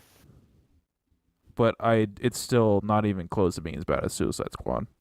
No. All right. Honestly, I take it back. Suicide Squad is my most disappointing piece of media that I've ever experienced. That's a good one. I would say that too, just because I was appalled with how bad it was. But I feel like the writing was also on the wall a little bit, where I was like, I kind of wasn't surprised, but at the same time, I was surprised at just how bad it was. But like, I don't know, I came in, I was like, all right, if this is bad, I'm not gonna be surprised. I was just surprised about how bad it was. I just trusted David Ayers so much, and I trusted everything from the trailers. See, the trailers, I'm And- like, this could go either way. Yeah, there were some parts where it's like, all right, they can have their Harley Quinn breaking the window and stealing some shoes or whatever. Like, all right, they can have that scene. guys. We gotta remind you that we're the bad guys. Are we some sort of Suicide Squad? God, like Will Smith in that movie was just Will Smith. Like he was just Will Smith. There was no acting. It was just No, Will he Smith. wore the mask like twice. Yeah, it's like this is not my boy Floyd. No, God. And I was so misled because like the first 10 minutes or so of that movie were actually pretty good. The editing, like right off the bat, I was like, oh no, like how choppy and just like jarring the cuts were. I'm like, this is not a good sign. Like that's for me, that's like the telltale sign of a bad film. It's like, all right, I can already know this is gonna be bad just because of how it's edited. It was just very stylized, and I was like, that's what I wanted. That's what I got from the trailers, from the posters, from everything. Like, just style that. Hot Topic style. Yeah, a little bit, but also, like, at least there's something. And they It's took not generic. they took away all of the interesting aspects of Harley and Joker's relationship in that they actually care about each other. Like that's not interesting to me. It's like the whole like abuse is like half the reason why it works. And I didn't really like the more I thought about Harley, like the less I liked her. And I hate that she's caught on as much as he has. It's like this is such like a shallow interpretation, but it's God, I hate that movie so much. The part where like Batman like knocks her out just like in a punch was like the only time that I had any kind of enjoyment. Yeah, all the Batman scenes were amazing. They were cool, like having the Batmobile like actually chasing him down and stuff. That was cool. But just like he just like sucker punches her and he just knocks her out. Like that was great. But man, what a shame. I only saw like the first third of that movie, and I think that was the only like decent part of it. And then I just turned it off after that. It's like you 'cause just I have to stop. Yeah, I knew it was getting bad, and I didn't want to continue. I still haven't muscled up the courage to go back and finish it. Probably won't. Do it drunk, if anything. Yeah, Maybe, super yeah. drunk. Yeah, that's the only way I could find that enjoyable. Or just get drunk with some friends and talk shit about it. That's the Yeah. only enjoyment I could see. We're 'Cause You family. won't enjoy the movie at all. We met 24 hours ago, but we're family now. Like, oh They're my fam. gosh. Shut up. They ruined Killer Croc. Like, Killer Croc was just completely atrocious. Like, oh, I'm beautiful. Like, shut up, dude. Yeah. Get the fuck out of here. Oh my. How do you ruin Killer Croc? But they still managed to do that. Oh no. He's just a dude in a hoodie, his sharp teeth. He eats like Yeah, a person. he doesn't even look like. He doesn't look like Killer Croc, really. He has like a fake ass mask on. Yeah, he's and like just Clearly. giant shoulders and like a normal sized torso. Yeah. He's just a tall man. I appreciate the dedication to practical effects, but it just did not look good. It's like, all right, let's cover all that makeup puppet with a hoodie. Like he looks great. But I mean, Oscar-winning hoodie. The Oscar-winning, Academy Award-winning Suicide Squad. You know who Killer Croc looked like to me? He looked Yeah. like the lizard, or what was his name from fucking Spider-Man? Spider-Man. Yeah. Yeah, the lizard. He looked like the in between stage. Yeah, like the You know, there's- metamorphosis. Yeah, where his face is all scaly. That's what he looked like. Yeah, like was like, there are some versions nah. of Killer Croc that are more like human looking, but they still at least are scarier than what we got there. And I just like every single one of them was a racial stereotype too. It was Yeah. appalling. Well, like Captain Boomerang. Yeah, Like that was extremely. it was racist. El Diablo. It's just like I can only hear you say "essay" like twice before it just I can't. I can't. God. That's Holmes. their way. Yeah. Don't just stop talking. I need all of you to stop talking. I think Captain Boomerang was probably my favorite part of it, just because he wanted to leave as much as I did, so I related to him on that level. Yeah. God, and the whole we're family thing. It's like, oh my, just shut up. Like they try to copy like Fast and the Furious. Oh, Yeah. it's not about crime. It's family. But we're villain. We're the bad guys. Yeah. We're gonna tell you we're the bad guys every 5 minutes, and we're gonna have a stupid fucking faceless CGI army for no reason, and it's gonna be a world-ending catastrophic event. I can't even speak. God, that movie. Yeah. It's too much. Screw Yeah, that those movie. minions were like literally just mud people. Yeah, it's like you couldn't have like any like more interesting design at all. It's like it should have been the animated Assault on Arkham, just in live action. It's just about the Joker and like breaking into Arkham Asylum. That would have been awesome. But How do you guys feel about the scene at the end? I guess Micah didn't see it. Nope. Spoilers. spoilers for okay. Suicide Squad, garbage trash fire. When Harley don't Quinn spoil throws it all. her gun to Deadshot, and we see that gun just floating and flipping over to him Yeah. for about 2 minutes or so. We get to see every angle. It says like something on it. I think it says like love and hate on either side. Yeah. Like they really want you to know it says something on it. What a fucking disaster. Oh my god. We gotta add it to the watch along list. Yeah, absolutely. Absolutely. I got the Ultimate Edition. Oh, you do? Oh The god. I wanted to edit a trailer and I needed the Batman footage. Oh, okay. I still haven't done that because watching I'm just like it made me too sad. So I just stopped. But I need to justify my purchase eventually and make it because I see it really clearly in my brain and it's cool. But alas. Yeah. Yeah, that's my pick for most disappointing That's a good one. piece of media. That's a really good one. I shout out to The Last Airbender also. Oh god. As a huge fan of that show, I was really excited for that film. I was like, oh, he's maybe M Night will come back around. Yeah, that was really disappointing, and that was Talking just about the live action one. the live action one. Yeah. Oh yeah, that was horrible. Absolute garbage fire as well. I didn't physically cringe that time though, and Suicide Squad made me physically cringe. So I'd have to put the Suicide Squad probably below it, because at least despite it being choppy, it wasn't as choppy as Suicide Squad. They tried to fill in a whole season of TV in 2 hours, and that of course isn't going to work, and change all the characters' names, and yeah, bad CGI and just terrible, absolutely terrible. That got a 6% on Rotten Tomatoes. That's even generous. That's generous, yeah, for that movie. And they tease they do the sequel bait, and like, of course that never happened. Yeah, because that bombs because it was a shitty movie. But Absolutely terrible, insulting. I don't remember that movie at all. Like looking at it, I'm like I didn't know this was memorable. I remember it too vividly, Huh.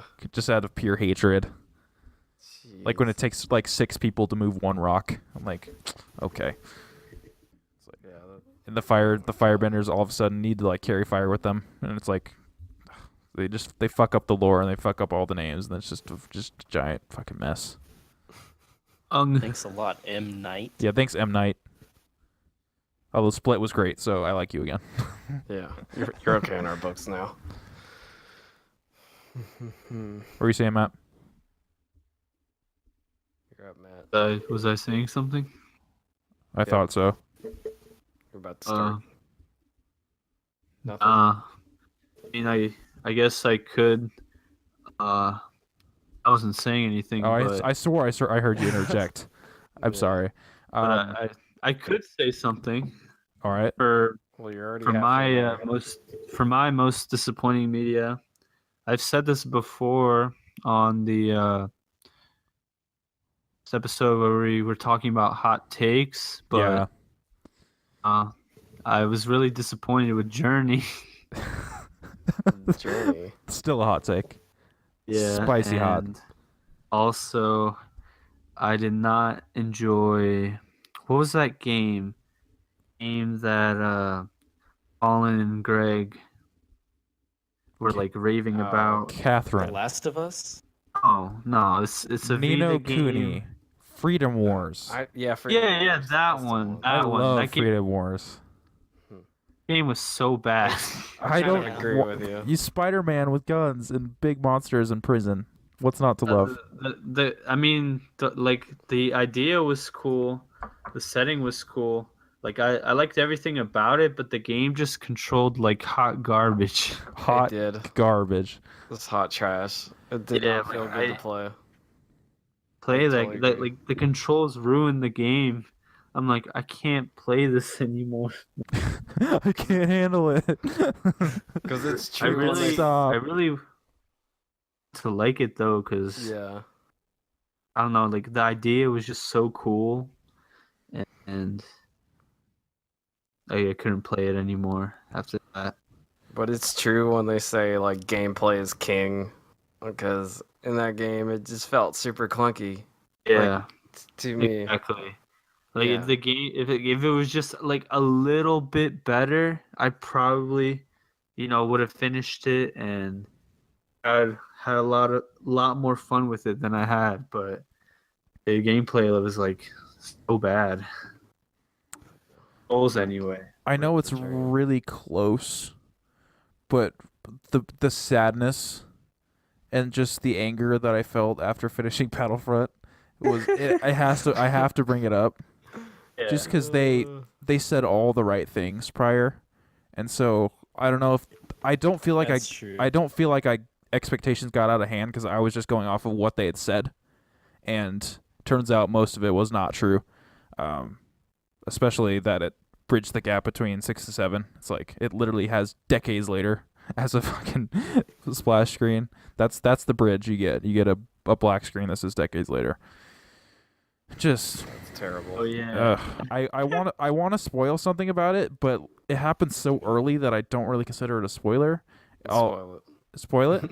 Yeah. She turncoats 3 missions in. Oh. She's a rebel. 3 missions. Yeah, she's a fucking rebel. 3 missions in. That's too That's soon. cool. They pitched it as like this. You finally get to play from the Imperial side for the first time since TIE Fighter, and she turncoats 3 missions in. I'm like, are you kidding me? Like all the cool shit you see in the trailer, it doesn't happen. Like her like walking up with a gun on Luke, like that doesn't happen. Like Fuck. it's so infuriating. It's like it's the most safe, just generic like plot you could possibly think of. And the maps were all just like she went to places just because DICE had already made the multiplayer maps. Like that's the only reason. It's like, all right, we're gonna go to Naboo now for some reason. Okay, we're gonna fight 2 waves of stormtroopers as Princess Leia for no reason, and then call it a day. It's to call it a plot is it just be nonsensical. I don't know who would be responsible. I don't know if it was Walter Mitch or whatever, but that story was just laughable. Like even some of the worst Star Wars games are better Mitch than that. Dyer. Mitch Dyer. Like I don't want to blame anyone in particular, but I feel like Just blame EA. Like, Blame EA, blame Disney, Yeah. blame EA. I don't know, but blame the people who are putting the money into it. yeah, Because ultimately they make the decisions because money talks. So, My money EA has is just- never talked to me. I'd love to have my money talk to me. Yeah, but it talks to EA. Like, hey, don't spend your money on this crap. Please save me. We want to be with you longer. No. They don't. It doesn't even have credits. Like they can't even credits? fucking put in credits. It's like you get a What? fucking splash screen. You're like, that's the ending? Are you kidding me? Are you That's all, fucking folks. kidding me? Does it have a crawl? No, Okay. of course not. Wow. It doesn't have fade in, no anything. nothing. Okay, like the cutscenes are directed like Star Wars cutscenes. Like it has like the wipe transitions, and it feels really authentic in that sense. But she turncoats 3 missions in. It's like, all right, I killed like 17,000 fucking rebels. All right, we love you. You're in the rebellion now. Woo. You're a fucking hero. Jeez. I was really disappointed. Fucking Star Wars. Fucking Star Wars. I'm like, Yeah. I don't even want to watch The Last Jedi now. Like, I hate this Aw. franchise. Whoa. So That just- was okay. Damn. No, like really that that bad. was like immediately after like I realized that's stupid, and I of course gonna watch The Last Jedi, but it just didn't make me feel. It literally just diminished my love for the whole series of Star Wars. I'm just like, Star Wars in I'm a general. fan of this shit. This shit. I thought we were better than this. I thought we moved past George Lucasisms. Damn it. Possibly the most controversial game of 2017, maybe. Maybe. It's entirely possible. Definitely. Yeah, with all the just the most downvoted Reddit post in history, yeah, it probably has to be. I didn't think of anything else really. It's like we all thought Shadow of War's like uproar was bad. Like no, like Battlefront just completely exploded. Yeah, no one gives Yeah. a damn about 'Cause Shadow of War. Yeah. I saw so many pictures of Battlefront 2, like just not being sold. Just sitting Yeah. on store shelves on Black Friday. Fucking good. When you think that would be flying off the shelves, but it wasn't. It's because all the negative things that were happening to that game. The and how negative bad press it was. Kafifi. Yeah. Yeah. And then because that's even gotten into like the mainstream like it's bad. Yeah. Like once the mainstream meme makers get a hold of it, it's like now no one's gonna buy your game. Yeah, it's like I couldn't even enjoy the multiplayer because of all the BS with the progression. It's like everywhere I turn, I'm like, this game sucks. It's like it's so good, like the core is so good, and then they just for every good thing they do 5 negative things for no reason. Like they could be taken out and it'd be fine, but they just had to cram their stupid loot box progression system in. They had to have the safest story in the history of anything, like.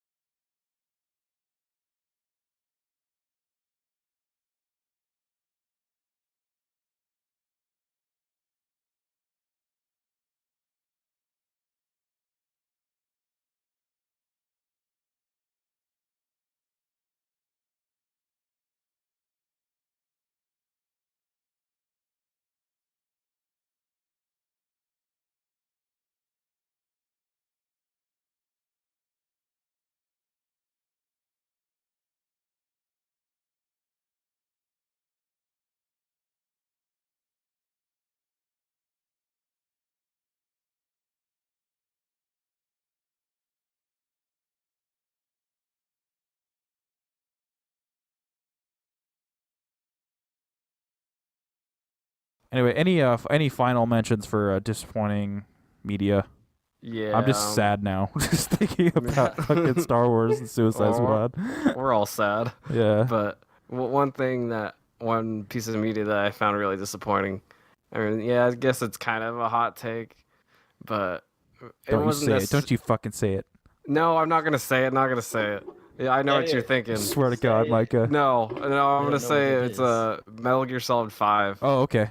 I yeah. found that really disappointing because I was expecting the typical, Kojima game, really linear, at least 10 hours of cutscenes. I didn't get that. No, we got maybe Peace Walker 2. We got the promise of Peace Walker expanded.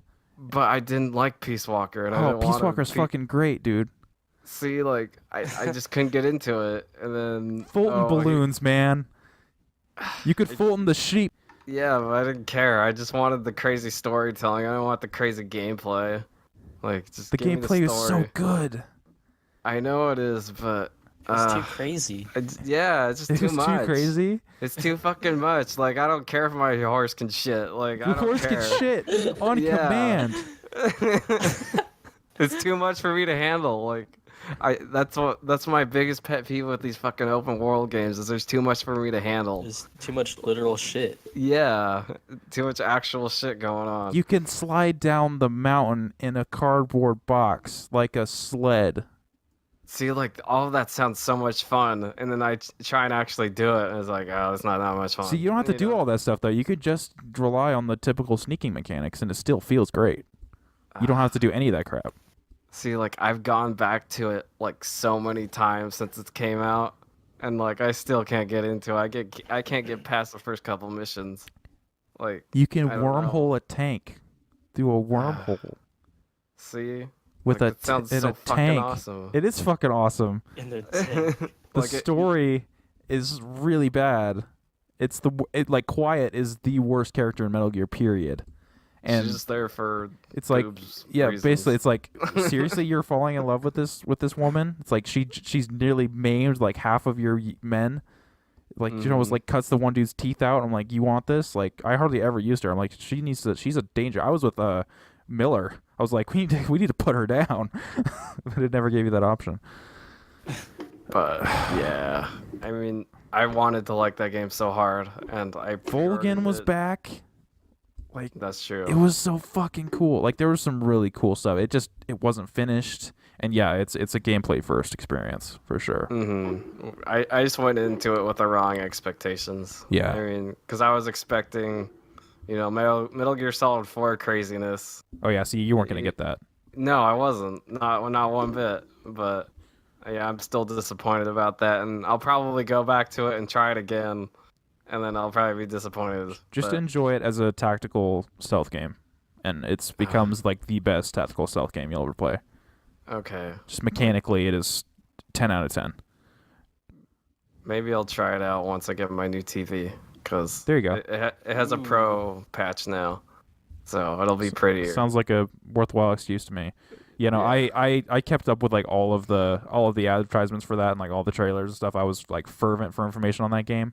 That was like the game I was like I have to get a PS4 for this. And yeah, I know exactly what you're saying. I was expecting Peace Walker, and it's definitely that. But if you didn't like Peace Walker, I can totally see it because it's a totally different type of gameplay loop. Yeah. Like doing repeating missions and doing a lot of small individual missions instead of like one overarching narrative. Because I remember that game came out on the first day of my senior year of high school. Same. Yeah, I just remember like being so disappointed that it came out on the first day of school, and I went and played it, and I was like, I wasn't missed out on much. I didn't play anything else for like 4 months. I put like 100. I put like 100 hours into it. That's crazy. Damn. I was all about it, and I was like, that's the twist. That's the story. Like it's over. Oh wait, See, no, like- you have to grind for the other ending. Okay. Oh, that's the story. Oh well, you're saying it's not done. Well, shit. See, that's what happened to me. I ended up getting it spoiled by my friends who had went and loved that game. Yeah, I got it. And it's like- I got it spoiled before I started. By some asshole on like some completely unrelated YouTube video. He was just like, twist is blank is blank. I was like, well, fuck. Yeah, like that's kind of the Metal Gear twist, that I was hoping for, but it's spoiled, so it's not a Metal Gear twist anymore. Yeah. But Turns out you were Johnny the whole time. yeah, exactly. What's your topic? So my topic is well, what's your favorite kind of chips? So, I like it. I like it. So we all enjoy chips, I imagine. Yes. Yeah. They're probably one of the best snack foods out there, because you can just go and get a big old bag of whatever and just reach your hand in and just go to town on that and just be eating and probably gain a bunch of weight from it, but it's fun. It's fun. And Put them on sandwiches. Ooh. That's what I love to do. hot Burgers.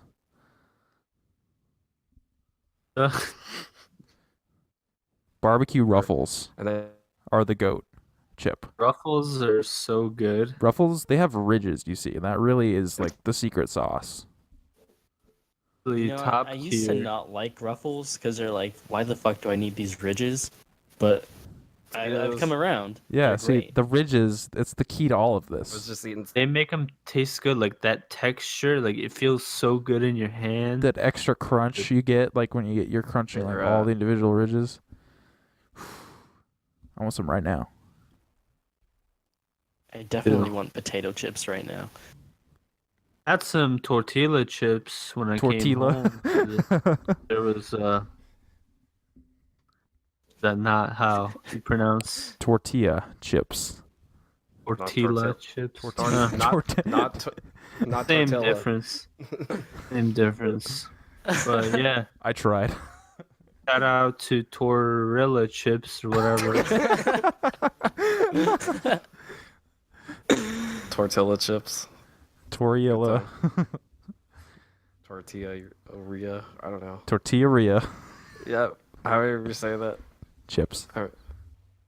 But, Yeah, I gotta give a shout out to tortilla chips because you can do, the good old fashioned nachos.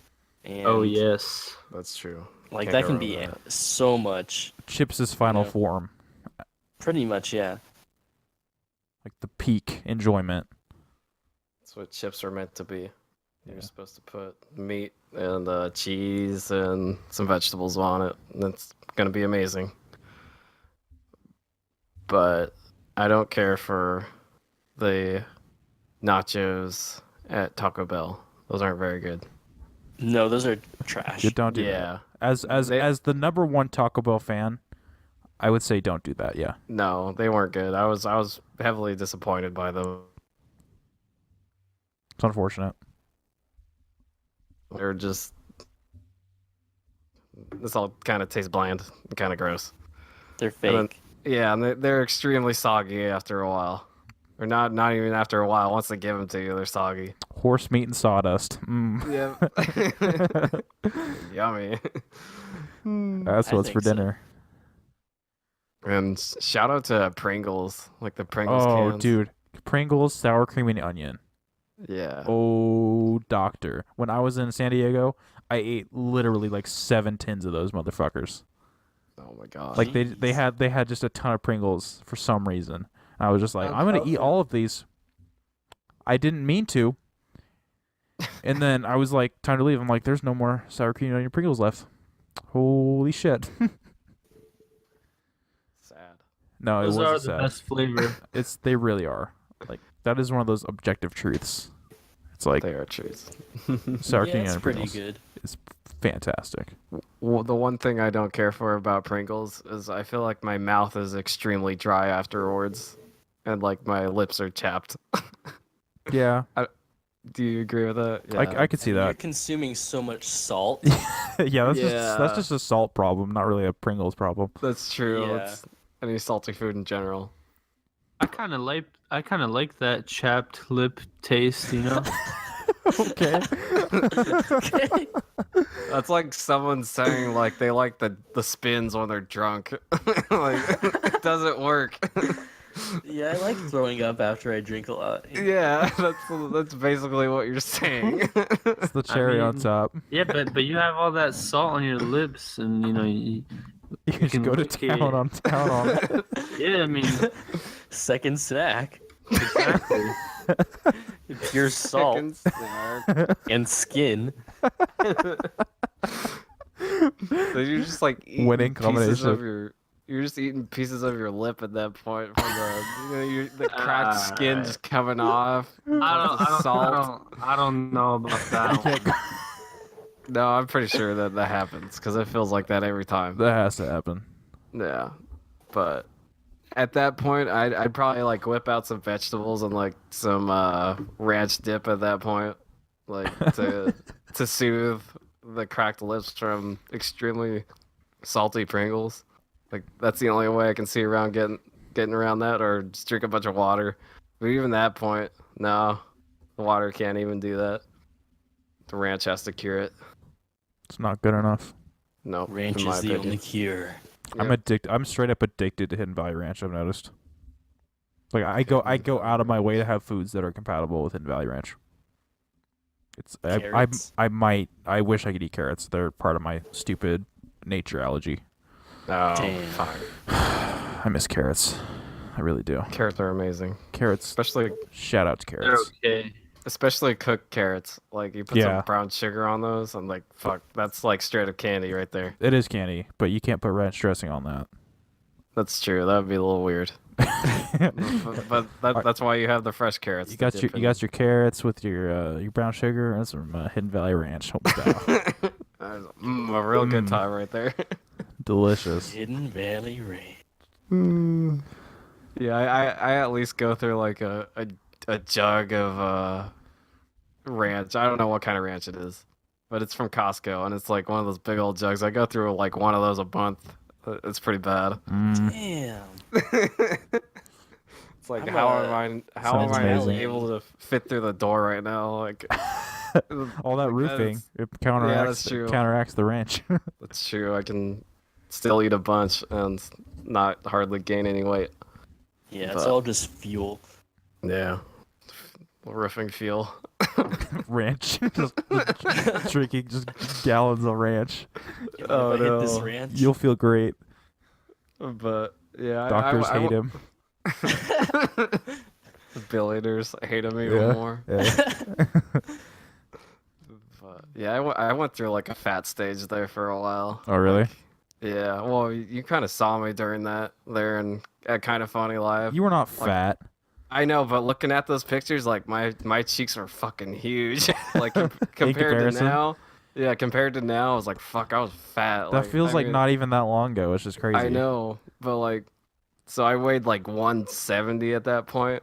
Yeah. And like now I weigh like 155, and like I can see the difference. Like just totally, it's crazy. Even though it's only 15 pounds, but it feels like I just lost all that weight from my face. all that face weight. Yeah, that Dragging face you down. weight. I mean, the love handles are still there, but at least no one can see my fat face. You can't really get rid of love handles. Like they just hang on for dear life. Yeah, no, I've learned that the hard way, and they're not going I have anytime soon. Just ridiculous love handles, and it's a problem. They're not quite Greg Miller love handles, but they're up there. God. not that epic. Nah. Love handles of just epic proportions that man has. Or it is Jesus. sag over the side of your jeans, you know? Yeah. It's like a mushroom top for your fucking Yeah. torso. Anyway, That's kind of hot. is it? You No. like that? Want some chapped lift salt while you're at it? Doctors hate Yeah. Doctors hate him.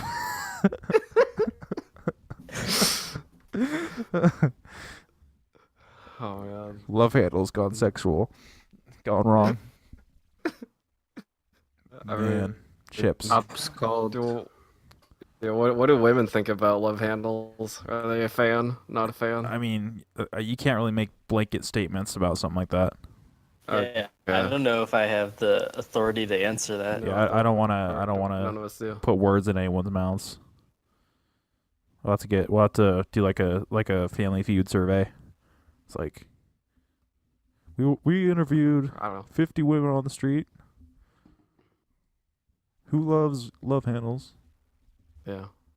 I don't know. It's the real I'm data. sure I got Steve sure Harvey on it. Yeah, While you're get at it. Steve Harvey on the job.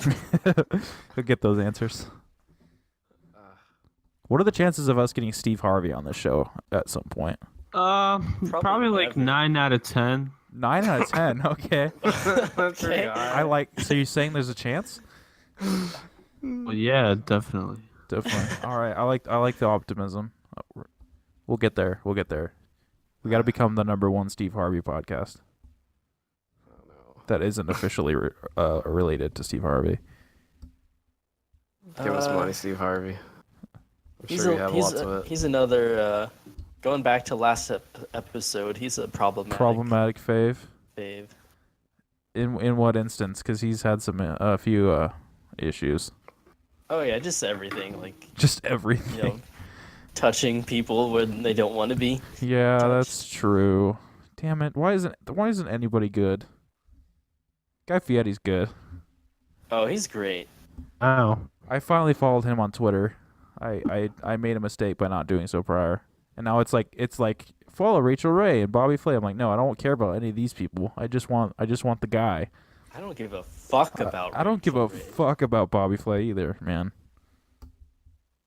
I'm here for one guy and one guy only. Yeah, he's my guy. I think actually no, I do have Gordon Ramsay too, so I guess I have two. I'll unfollow Gordon Ramsay for guy. Damn, Yeah, hot take right there for you. hardcore. I need to give a shout out to Cool Ranch Doritos before we move on. Definitely. I've downed many a Cool Ranch Dorito in my time. Fantastic. I gotta say, favorite chip is just the plain old yellow bag Lay's. Nah, man. I love them. Lays. I outgrew those a while I can back. kinda Like see I that. need some more. I'd rather not eat chips. I'd rather eat something else than Lay's. Did you guys see the new Lay's chips where they're milk chocolate covered? That sounds awful. Yo, Lay's needs to Into- chill the fuck out. Chill. I went into 7-Eleven like the other day and I saw them.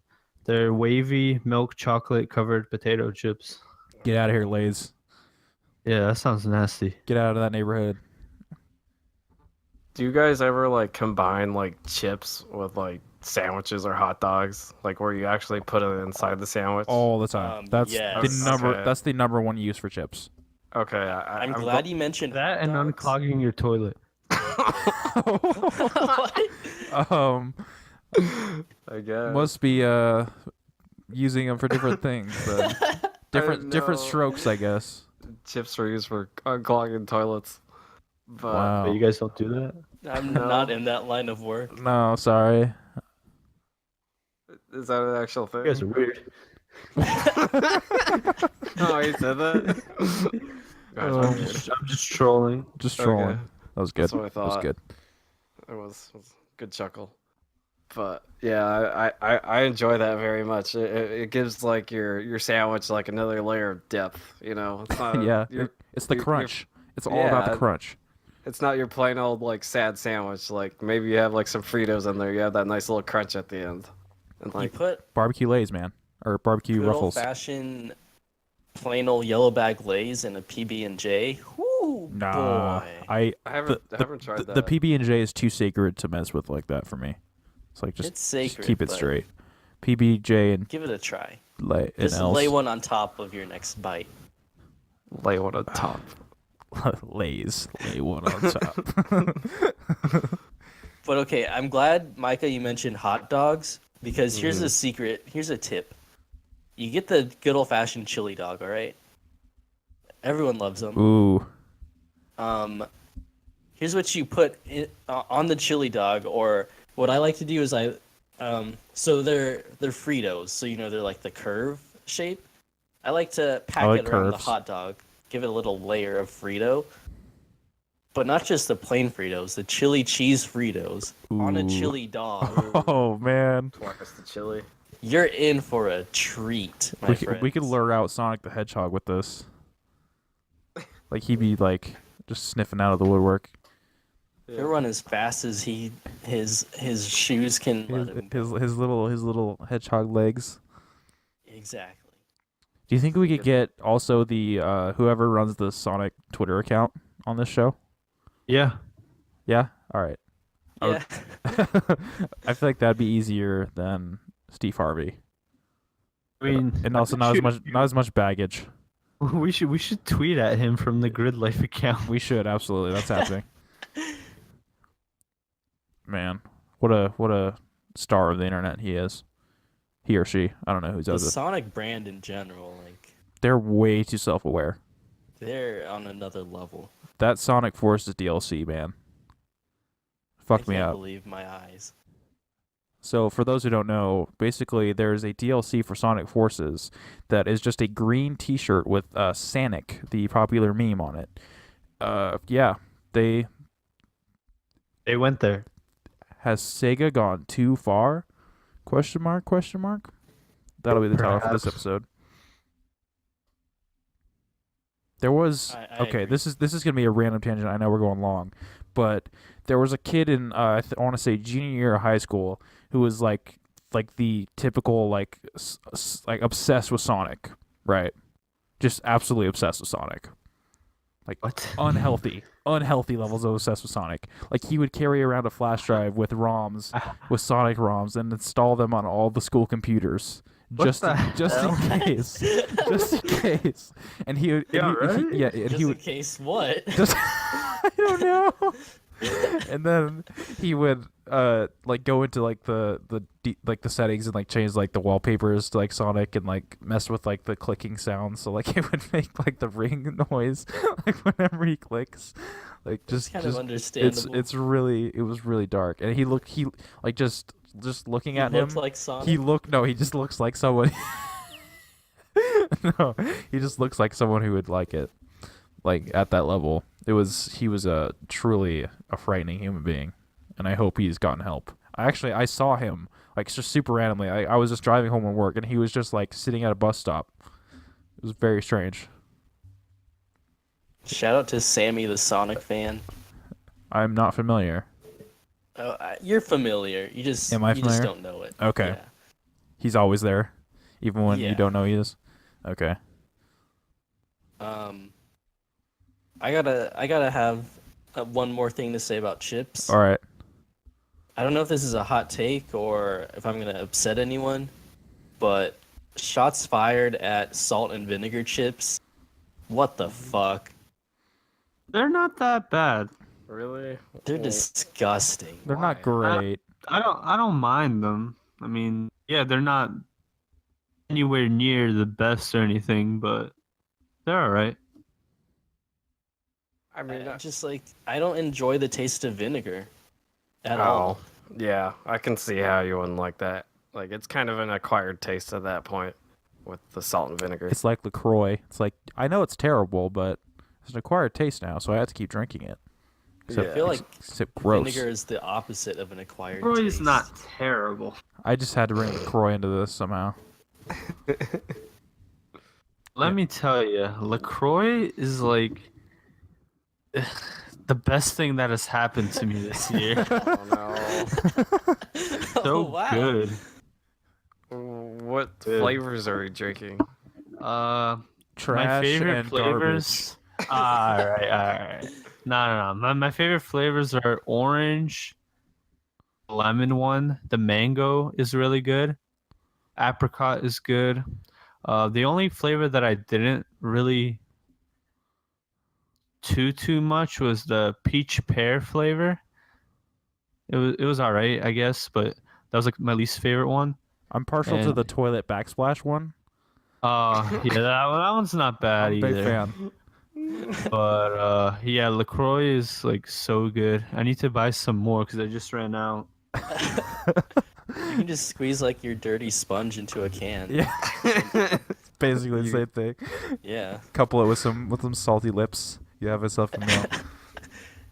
So have you found that as like a good substitute for soda or what? Is that why you're drinking it? I mean, no, I just drink it because it tastes good. Oh my god. It's a good No. substitute for actual water. You just start like use that Yeah. while you cook or something. Like, does not just look good. It just tastes good, man. Like, Yeah, but like it's just the carbonation. Like that's it. I don't know how they flavor it because it's not really flavoring. It's just it tastes like shit. It's all you know? psychological. Yeah, it's like it's telling you it tastes like mango, but it doesn't. You go in expecting mango, and then your brain tricks you into thinking that. when in reality Yeah. they just went back and like filled up a bucket of like nasty like hose water, like a dirty bucket with mud in it, and then No, it's like put it the in water that you get out of like an outhouse or a porta a potty. porta potty. Yeah, Oh, damn. Oh, not the water like that you shit in, but the water that comes Okay. out. yeah, Of, yeah. of the shitty sink that they tell you not to drink. Like that's what they make it out of. They go and they carbonate the shit out of it. And then like I don't know, they throw in like a fake lime. I don't know how that works. Yeah, it's just an artificial Plastic lime. lime. Yeah. They just throw in those little toys of the Like an umbrella, like a beach umbrella on there. yeah, Just grinds it up. just a bunch of fucking plastic toys and they throw them in there, and then A plastic somehow that fruit. It just yeah, that they sell at, like the dollar store, you yeah. know. They just like throw them onto like a vat, and then like some just like slave in some foreign like third world country is just like stirring them. Yeah, Yeah. and it gets in there and swims around. Oh I god. don't know. That's probably where the Takes a taste shit comes in it. Oh man. Just all sorts of nasty things are going on in there. But yeah, fuck LaCroix. Yeah, fuck. I haven't actually drank LaCroix, but I've had carbonated water, so I'm Yeah. pretty sure it's probably the same thing.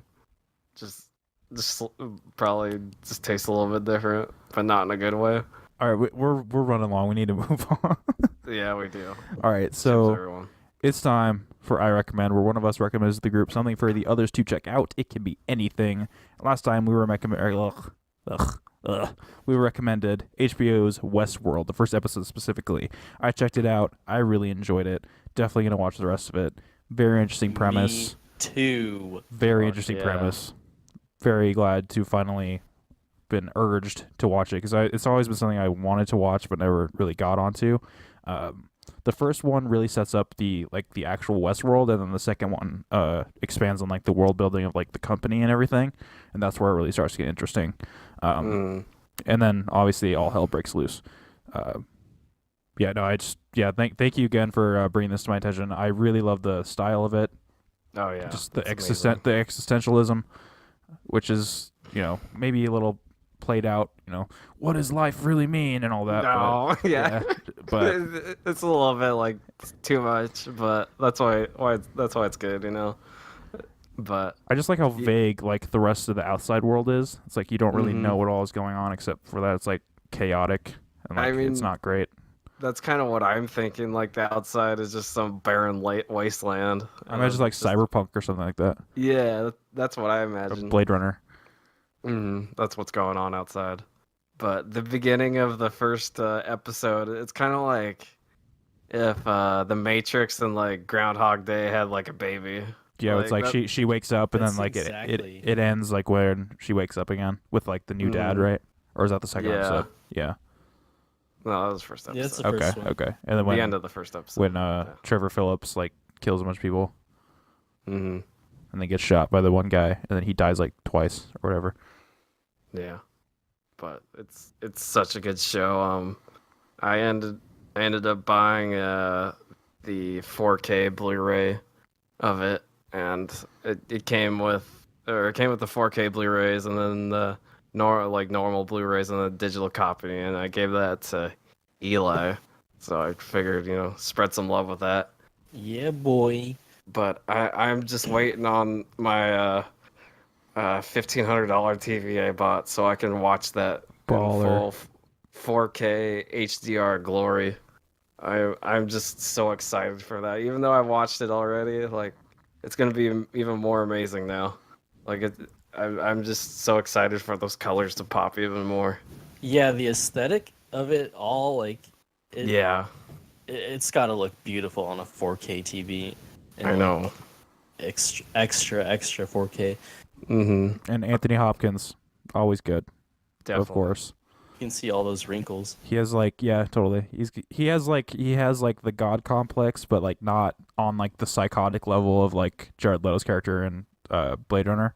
Like he's like I created these things, but he's not like, oh, I have to make them more realistic. He's more focused on still like the people that go there and like their experience rather, and then everyone else is trying to like push like their own artificial like storylines. It's almost like very very advanced game design. It's like, do you let the person like roam, do what they want, or do you want them to follow a very like scripted path?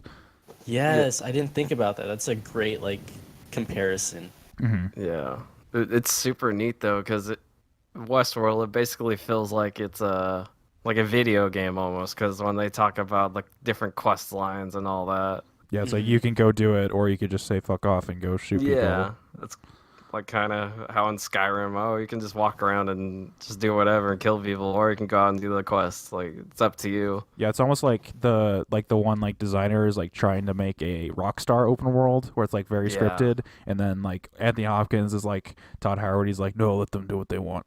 Yeah. I don't know why Todd Howard sounds like that, but old Anthony Hopkins Todd Howard. I really enjoy it. I'm definitely gonna watch more. Yeah, The theme song, like the intro theme, is really beautiful. I liked like the Ghost in the Shell esque, like with the white liquid like skin, like in the with like the artificial bodies on like the ring.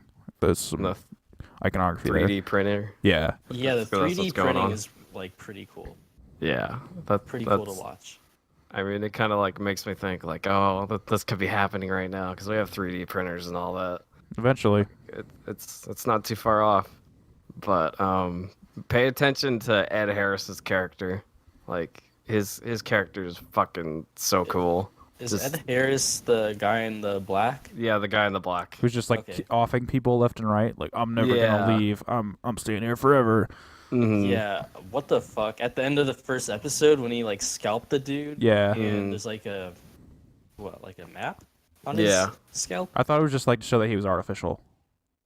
No, it's a map. Oh, Like okay, that means shit. something. Shit. Yeah. Okay. Like I that's didn't pick up on that. that's a significant part of the story. Okay.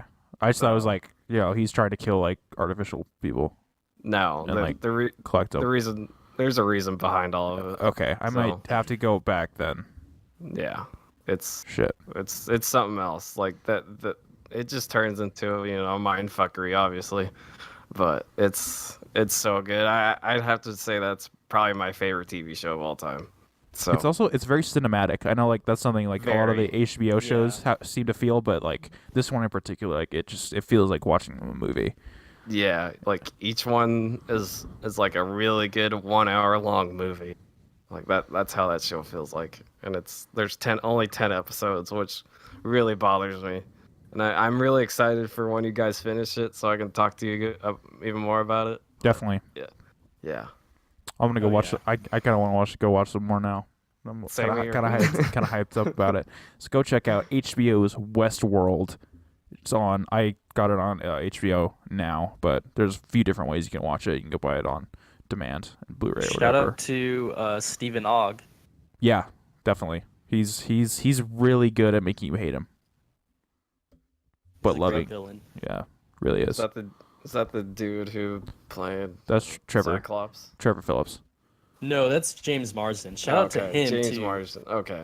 Yeah. Love me some James Marsden. Yeah. He's actually likable. Yeah, he was good. He was good in this. Yeah. He continues to be good. So keep on watching. We'll do. Oh, I will. I'm hooked. All right. So Eli, what are you recommending for us this week? So I'm recommending a series. It's called Decker. I don't know if you've seen it or heard anything about it. There's 3 seasons on YouTube, and it's on Adult Swim as well. You can definitely watch the first 2 seasons on YouTube. Okay. I don't know if you have to go to adultswim.com to watch the rest of them, but I think they're all free. So it's about like this guy, he's in the CIA, he's a special agent. There's like terrorist threats from Afghanistan and like terrorists from there, and he's the guy that's on the job to save it. The president calls him specifically. President played by one of the Sheen family people. I think Martin Sheen's As brother. Martin Sheen. Whoa, really? Okay, I didn't know he had a brother. To be honest. Yeah. Huh? I was like, is it Martin Sheen? But I'd be totally down with Martin Sheen. No, it's not Martin Sheen, but I mean, it could be. Damn. I What up, elusive man? Yeah, what up, elusive man? So here's the thing about Decker. There's 3 seasons. Okay, there's like 5 seasons, but there's 2 season 3s, and the season 3 I think that's on YouTube is like the official season 3, but before that there was Decker versus Dracula, and that was the original season 3. So I also recommend you look that up. It won't be on like season 3 if you look up Decker's season 3 because it's unofficial. This seems really complicated. It's not. I don't know. I don't want to say it's complicated Why is it because both season 3? Like that seems strange, but continue. there's a lot like behind the scenes stuff that kind of makes the whole show that much better. But I mean, it's enjoyable on its own, and all the episodes are really short. Okay. Well, yeah. and, If the episodes are short, that's good because there's already so many shows I'm watching right now. Like I'm trying to get through again like Westworld, and I've started watching Cowboy Bebop. No, yeah, they're maybe like 10 minutes each. Oh, okay. Even better then. Yeah. Wow. Sweet. It's Okay. like just a short like That's YouTube video then. Very digestible. Okay. Yeah. Unlike this not show, bad. despite our name. Not digestible at all. I didn't. My descriptions weren't amazing, but I just want to let you go in as fresh as possible. Okay. Okay. I'm very interested, especially if it's just short like that. How much do you want us to watch for next week? The whole thing, if possible? Because if it's short like that. Yeah, or at least the first 2 seasons. If you want to watch Decker versus Dracula, I highly recommend it. Okay. But yeah, at least the first 2 seasons. Sweet. All right, in that case, go check out season 1 of Decker. We'll talk about that next week. And this has been episode 17 of Gridlife Digest. Thank you so much for listening. If you made it this far, thank you extra. You can head over to gridlifedigest.com to see everything we post and consider subscribing on iTunes, Google Play, and YouTube so you never miss a topic. We'll be back next Wednesday with another conversation. Look out for the next part in our Super Mario Love Letter series. I have been Noah for Scott. Thank you so much, guys.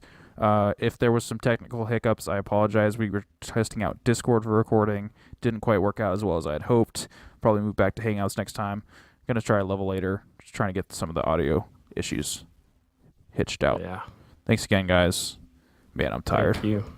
Same. Ugh.